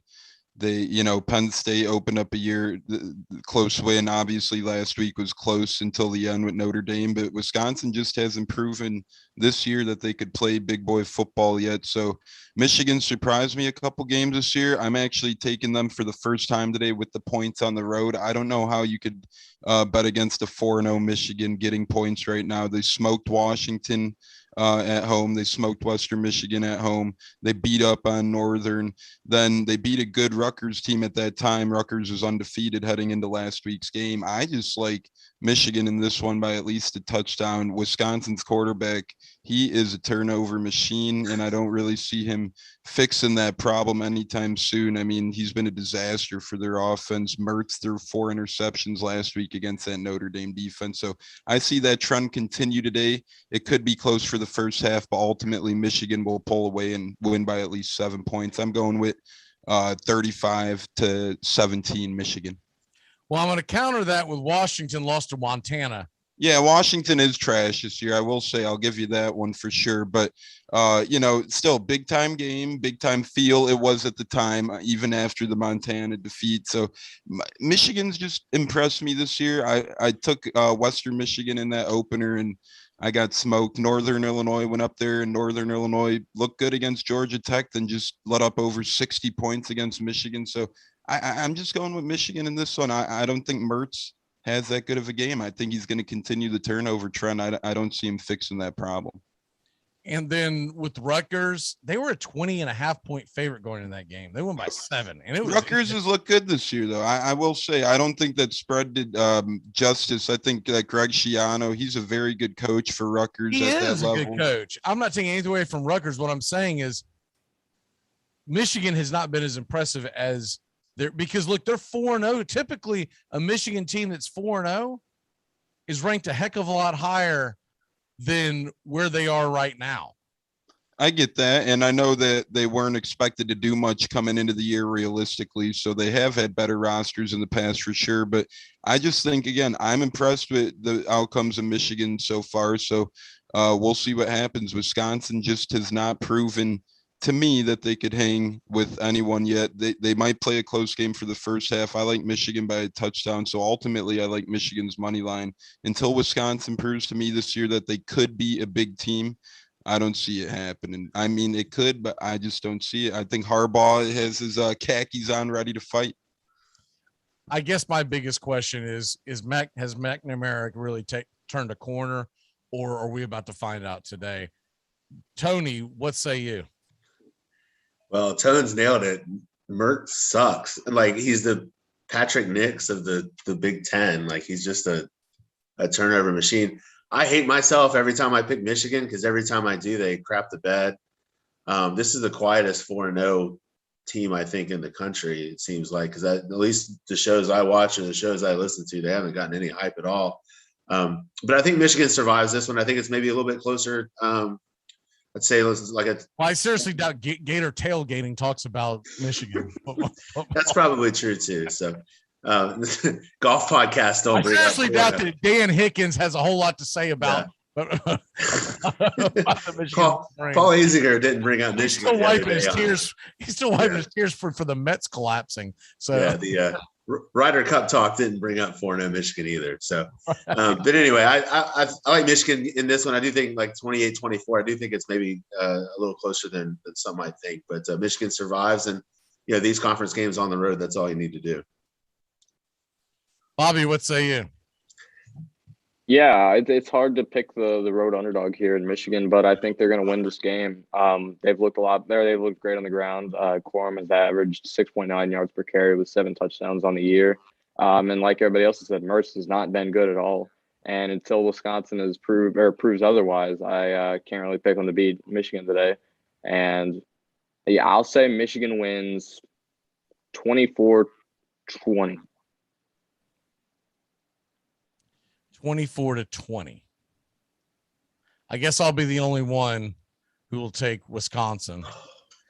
And I'll tell you why I think I'm going to say Wisconsin's going to win. I'm looking at the recent history. 49-11 in Ann Arbor last year. Wisconsin won. 35-14. Wisconsin in Madison won. Michigan did win in 2018, but 24-10. I get it that Mertz isn't very good, but I got hyped, and it must have been the 35-14 one because I don't believe it was last year. I think it was 2 years ago in Wisconsin where I was all in. Michigan's good. This could be a great game. And I just watched what they put together. It felt like there were 7 tight ends in the game in every play. And they just ran the ball forward, and Michigan just fell backwards. And the next thing you know, it was like 21-0. And each team only had like 4 possessions, but it was midway through the fourth quarter. And you're like, what in the hell happened here? And Michigan's like, I can't stop them. So that's why I'm going with Wisconsin. I don't feel strong enough to where I would bet it. I'm staying away from this game, but that's where my head is right now. I say that and just, check with me 5 minutes before kickoff. I'm like, come on, let's go Wisconsin. But it's in Wisconsin. If it wasn't in Madison, if it was in Ann Arbor, I would say, yeah. I just feel like this is a game where the home team's the better team. Michigan's got to win a game of substance, and this is a game of substance. So if they win, I'll shut up about it. But they've got to win a game of substance this year on the road, Big Ten matchup where they've normally gotten beaten. And if Harbaugh's actually turned the corner with the Wolverines, then this is the game that proves it. This is another game I have no great feel on this one. You could convince me one way or the other, and I'm not even going to make a prediction because this is how far I feel removed about this game. Cincinnati is a 2-point favorite in South Bend. That sounds wrong and weird. Also sounds like Vegas is trying to trick me. So I'm staying away from it. Tones, what say you? Cincinnati -2, the over-under is 50. Yeah, like you, I feel like they're up to something. I feel like this is up to one of their classic tricks for sure, but it's hard. I mean, as great as Cincinnati's been this year, undefeated to this point with a win over Indiana and so forth. I just like Notre Dame in this one. I don't know. They continue to be underdogs at home or close to their home. And I know they haven't played great yet, but like I said, that game against Wisconsin last week obviously was a lot closer than the scoreboard indicated. But Notre Dame, they just have not came together yet. I think they come together today. I think Brian Kelly has his locker room figured out today. I think Notre Dame ekes out perhaps a close one. I think they win by a touchdown, but I don't think it's going to be anything pretty today. I could see a very low scoring game. I got Notre Dame winning 21-17. I'm going to say I just don't see anyone gaining too much traction. Notre Dame's still trying to figure out who they want to play a quarterback half the damn time. So it'll be interesting to see what happens in this one. Last week, obviously, Cone got a lot more of the tick than Pine had to come in and save the day last week, though. So you never know what's going to happen. So you're trying to tell me that a guy that wasn't good enough to play quarterback at Wisconsin isn't very good? No, what I'm saying is I just don't know what Notre Dame is yet to this point. Like, what are they? They've had 3 different quarterbacks play to this point. They've played a couple of okay opponents, like Florida State. A lot of people, that was an impressive week 1, but then we see what Florida State turned into. So how impressive is that game? And then a team like Toledo only loses to 3 against Notre Dame. And then Notre Dame, they beat Purdue by 14, but that score was a lot closer. I was at that game. That was a ticky-tack game until the very end. So I don't know what Notre Dame is yet to this point. I do like them to win today in a very close one. Like I said, 21-14 or 21-17, I'm thinking. But Cincinnati, man, they've been hot this year. You could tell they're pumped up for this game. Brian Kelly's kind of talking down about the program. They're like, oh, they should be honored to be coming to South Bend. It's like, Brian Kelly, you should be thankful that you're getting as good as an opponent as Cincinnati with the cakewalk schedules Notre Dame usually has. So we'll see what happens. But I like Notre Dame in a close one today. I don't have a good feeling about it, so I don't think I'm going to take this game either. Tony, what say you? I think I like Cincinnati in this game. I think Fickell is a rising star as far as I think he's the hot young coach who's going to get the next 2 or 3 big jobs coming up. Kelly obviously coached at Cincinnati, which is probably why this game's even on the schedule. And Kelly did hire Cincinnati's defensive coordinator like Max said about an hour ago. But I just think that Cincinnati is just loaded with team speed up and down the roster. And when I've watched Notre Dame this year, you know, they don't have like a go-to. Obviously, the new quarterback, they don't seem to have go-to playmakers, and I think the defense is just okay. So I think Cincinnati will go to South Bend and pull out a win today, like 28-24 or something like that. I'm obviously rooting for Cincinnati because I don't really care for Notre Dame all that much, but I think it's a statement game for Fickle, and I like the speed that Cincinnati has. And after this, I mean, Cincinnati's schedule is not all that daunting, and if Notre Dame drops this one, I think there's a couple more losses coming on their schedule too. Bobby. Mm-hmm.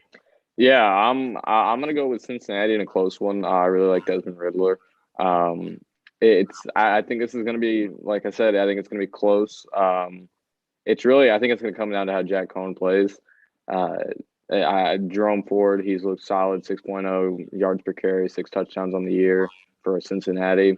And I think this will be big for, I guess, the playoff picture if one of these teams has a chance to sneak in. But yeah, I think I'm going to take Cincinnati. I think they're going to win this game. I think they're going to prove some people wrong. But I do think it'll be close. I'll give them the win 27-24. And like I said, I'm not going to give you kind of prediction, but I would assume that Cincinnati is the better team just because Notre Dame has struggled. And the only team that they've really beat the brakes off of was Wisconsin. But that game was a lot closer than what the score indicates. That game was hanging in the balance with about midway through the fourth, because I watched almost the entire game. Once it became a blowout, you know, I kind of tuned out. But, man, I feel like Cincinnati should win. And if they were the underdog, and I know it sounds weird, I'd be all over this. But I am just like, why are they the favorite? The two teams are ranked in the top 10. This isn't like it's a Notre Dame team that hasn't won. Why are they the favorite in South Bend? Something stinks in this game. Yeah, and I agree. That's one thing about college football. We talked about it with Michigan, now Notre Dame. There's so much uncertainty about some undefeateds that should be quote-unquote powerhouse undefeateds, right? Like usually a Michigan 4-0 team, a Notre Dame 4-0 team, you're talking about potential championship runs. Right now we're talking about how they could lose these games and who these teams are with their identities. So this year – college football is in wild. I mean, the fact that Notre Dame's getting points at home, the fact that Michigan's getting 2.5 against the struggling Wisconsin team. Like Max said early, today college football starts. We're going to see a lot of real teams show their realness today, and a lot of pretend teams take a step back today. Maryland, perfect example of that last night. If I was going to take anything, it would be like Cincinnati on the money line, because it's only like at a minus 130. And so, but like I said, it's something stinks in this thing. I mean, it's just either that or I just got to clean up my office or something. But here's a game we have not talked about, and I think it's got a decent chance for at least a scare, maybe not the actual upset. And I was assuming this was going to be my stupid underdog because I thought someone was going to take Arkansas before me. Rutgers getting 15. I think it's still 15 against the Buckeyes, and it's in Jersey. It's a 3:30 kickoff, so there's no real chance of it being everyone's kind of half awake kind of thing. But in Jersey, Rutgers tends to do very well against the spread, and they're a team that didn't have a great year last year, but they were always in them. And once again, they're 3-1. Their loss to Michigan was a close one. I think they've got a decent chance of covering this spread. Tones, what say you? Yeah, I think they have a great chance of covering the spread. I actually had this on my list a couple games down just in case Buffalo, Western Michigan was taken on stupid underdogs. So I was prepared to go into battle with Rutgers, and I praise Coach Greg Schiano, and he did a good job turning the program around. Round 2 this time. This is his second stint at Rutgers, so he's done a tremendous job turning it around. He's the one who wiggled him into the Big Ten, and now I think he's going to wiggle him, not this year, obviously, but in the near future, perhaps into Big Ten contenders. I think they hang close at Ohio State in this one. I don't see Ohio State covering. I actually have Rutgers getting 15.5. Like you said, they play tremendous at home. I see Rutgers keeping it close. I don't see them losing by more than 15.5 in this one. I like Rutgers to cover the spread today. Tony, what say you? Yeah, I tend to lean towards Rutgers barely covering. I think Ohio State gets Stroud back, which that'll help. But he's got to play better too. It's not like he's been wiping the floor with people. So it's tough for Rutgers going back to back with Michigan and Ohio State, and obviously they're in the same division, and Iowa gets to avoid Michigan and Ohio State. But that's another show. Anyway. But yeah, I think Rutgers will keep it close enough to cover, but just barely. But if I'm an Ohio State fan, I really need to see Stroud take the next step soon because there's more losses on the way if he doesn't. Bobby, what's your call? Yeah, with Stroud coming back off an injury and given that he hasn't played phenomenal really this season, I think Rutgers will cover, and I think it'll be a very close one though. I think it'll be very close to the line. I think they'll win, or I think Ohio State will win by 14 points. And yeah, I really don't like. I haven't seen enough from Ohio State and Stroud to really think that they're going to blow Rutgers out of the water, especially given that they kept it so close with Michigan last week. So I'm going to take Rutgers to cover. Another good teaser would be taking Boston College and taking Rutgers, pushing it up over 20 points on both of them. And I would feel pretty good about that one, to be honest. I'll probably end up playing that. All right. See, we're coming up on the end of it, so we'll go ahead and rattle off some of them real quick. This was my lock yesterday. Texas A&M -7 against Mississippi State. I don't think Mississippi State's going to move the ball. Tony, what say you? I think Mississippi State's good at running like 3 different plays, and that's about it. So I'm kind of with you. I think the Mississippi State fans that kind of poo-pooed when Mullen left, like it was no big deal, and then they brought in Leach. If you're gonna have one or the other, I think you got to take Mullen. But I think A&M's going to dominate them, and I think A&M's got is A&M Alabama next week, or I don't have that in front of me. It's Alabama A&M next week. Yeah, 7 at night. Yeah, I do like I like A&M to kind of take care of business today and kind of sleepwalk through that. That'll be on ESPN, but we'll get what did y'all say is going to be on ABC? We'll get Toledo, New Mexico State on ABC. Still the blind. Yeah, Tim Brando on the call. Yeah, what the Tim Brando, man. They'll have him doing New Mexico State and Arkansas Tech on. Everyone was killing him last night. Him and Spencer Tillman on the broadcast for the Iowa game on Twitter. I thought they were fine. And it was actually refreshing to hear, first of all, 2 professional sounding broadcasters, 2 guys that weren't, Beth Mowens from the. So that was, and they were making old references. And it's like someone made a very astute comment, because they said, how many kids do you think out here are catching any of these references about Dave Meggett and whatnot? And it's someone chimed back was, they're not watching. It's Friday night. They're out having a life. It's like, exactly. You're going to put Tim Brando and Spencer Tillman on the call. It's for us old guys who are sitting at home going, all right. Yeah. They started going down it. I will say this. They went down a road and started mentioning Silver Streak, the movie, and they went down that path for about 5 minutes. I was like, man, someone's got to reel them back out of that one. But I thought they were fine. I enjoyed him. By the way, spoiler alert, if you are in the Buffalo or Houston area, Beth Mowens will be your broadcaster tomorrow. So figure out alternative ways.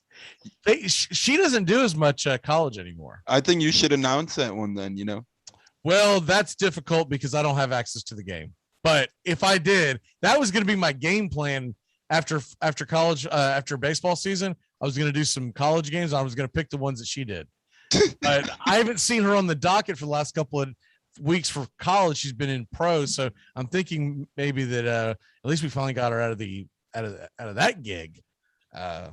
Only it sucks about that is, the Jaguars are going to get her, man. Because they're giving her Buffalo, Houston. That's not really the marquee matchup tomorrow. So the Jaguars are going to get her like for 4 games this year. We'll rattle off real quick, go around. Bobby, Vols +2.5 at Missouri. Like or dislike? Dislike. Missouri's going to cover. Tony, Pittsburgh -3 at Georgia Tech, over under 58. You like either one of those? Pitt wins straight up, covers the spread. 58? You think those two offenses can put up 58 against each other? No, just the spread. Pitt wins the game based on the spread, but right. I'm just saying that I think that I really like that under. I do too. Tech's got a great defense. Jeff Collins has been a bunch of places as a defensive coordinator. He's done well there. He just has to build that offense up a little bit. At least they're not running that stupid triple option anymore. Tones, Oklahoma, Kansas State. Kansas State, it's actually moved a full point since we started the show. It's down to 11.5. Like or dislike?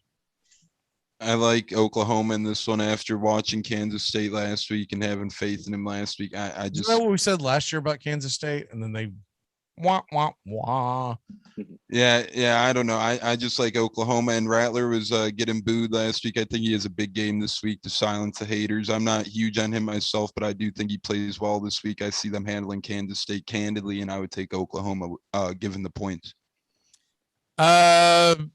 Bobby, Auburn LSU +3. Like or dislike? Auburn's underdog in that one, right? Right. Auburn +3 at LSU. Like or dislike? Yeah, I'm not a big Bo Nix fan myself, but I think Auburn will win this game, or at least cover the spread. Tony, same game, same question. What Tone said? You mean Bobby? Yeah, what Bobby said. Oh, okay. Tones, do you see it any different? What Tones is going to say. Oh, okay, gotcha. All right, let me change my. No, I'm kidding. Yeah, I don't see it different. I don't like Bo Nix, but LSU this year has been up and down. But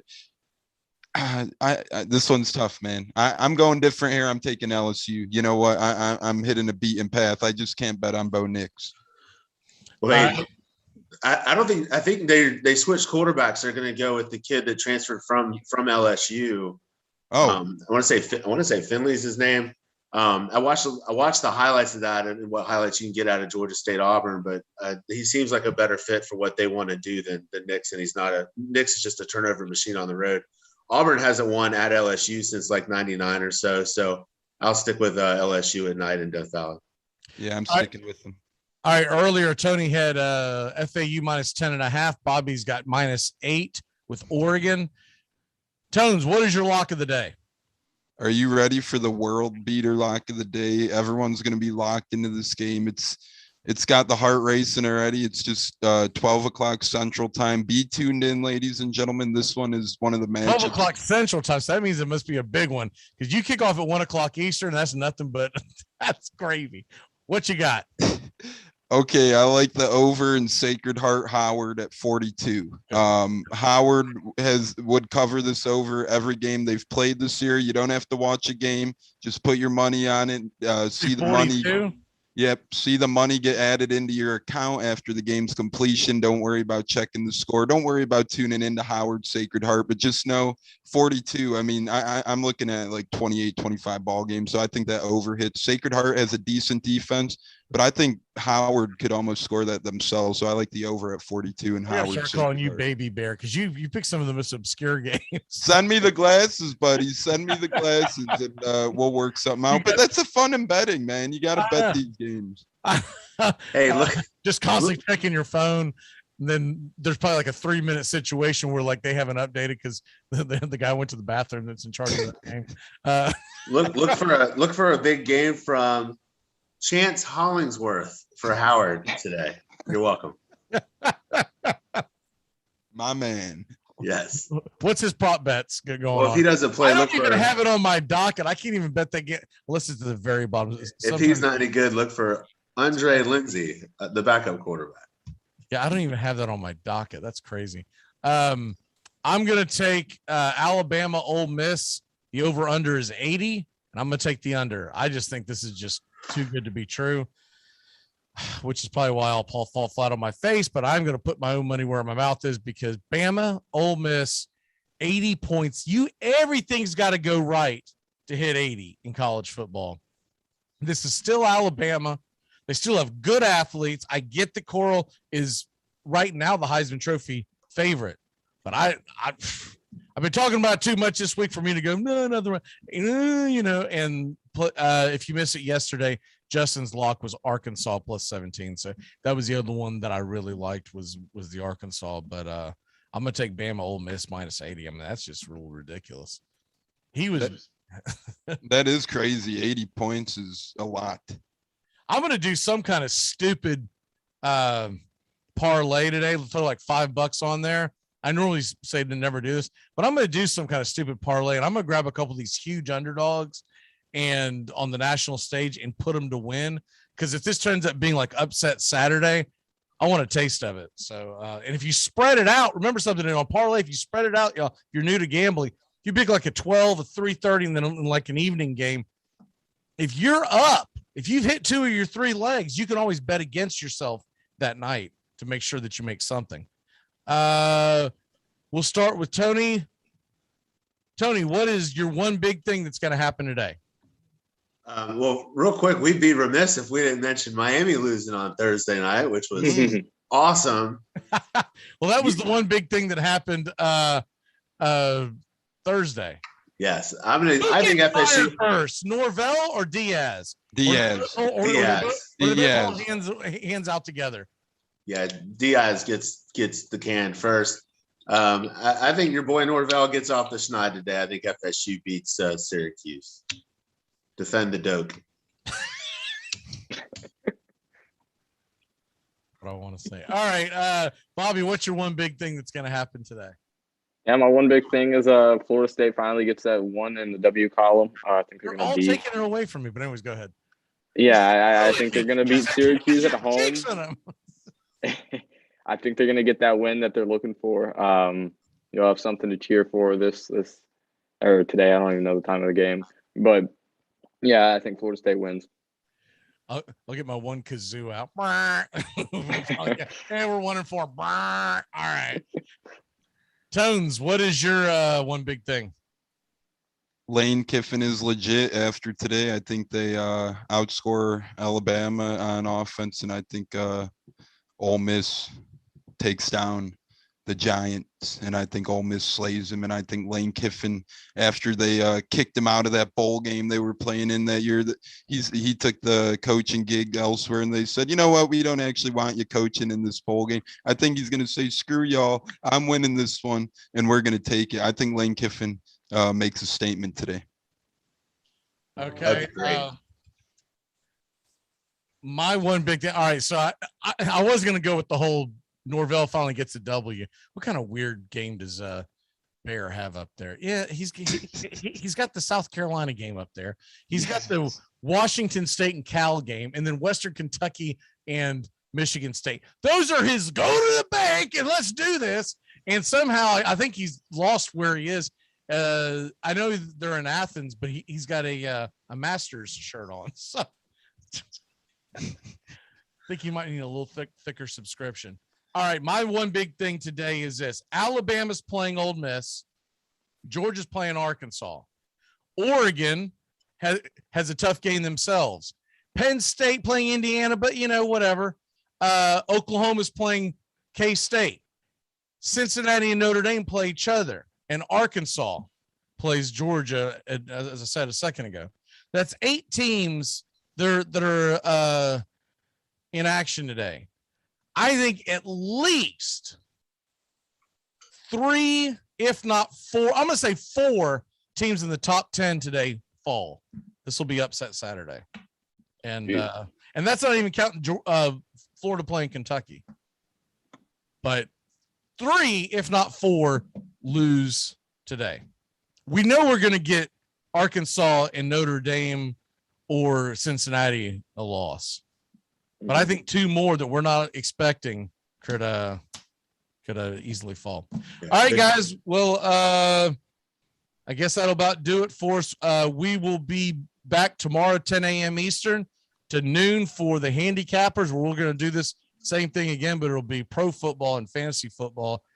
God, I've got to fix some things. For all the guys, I'm Mac McGee. Have a great one, and go Noles. Very enthusiastic.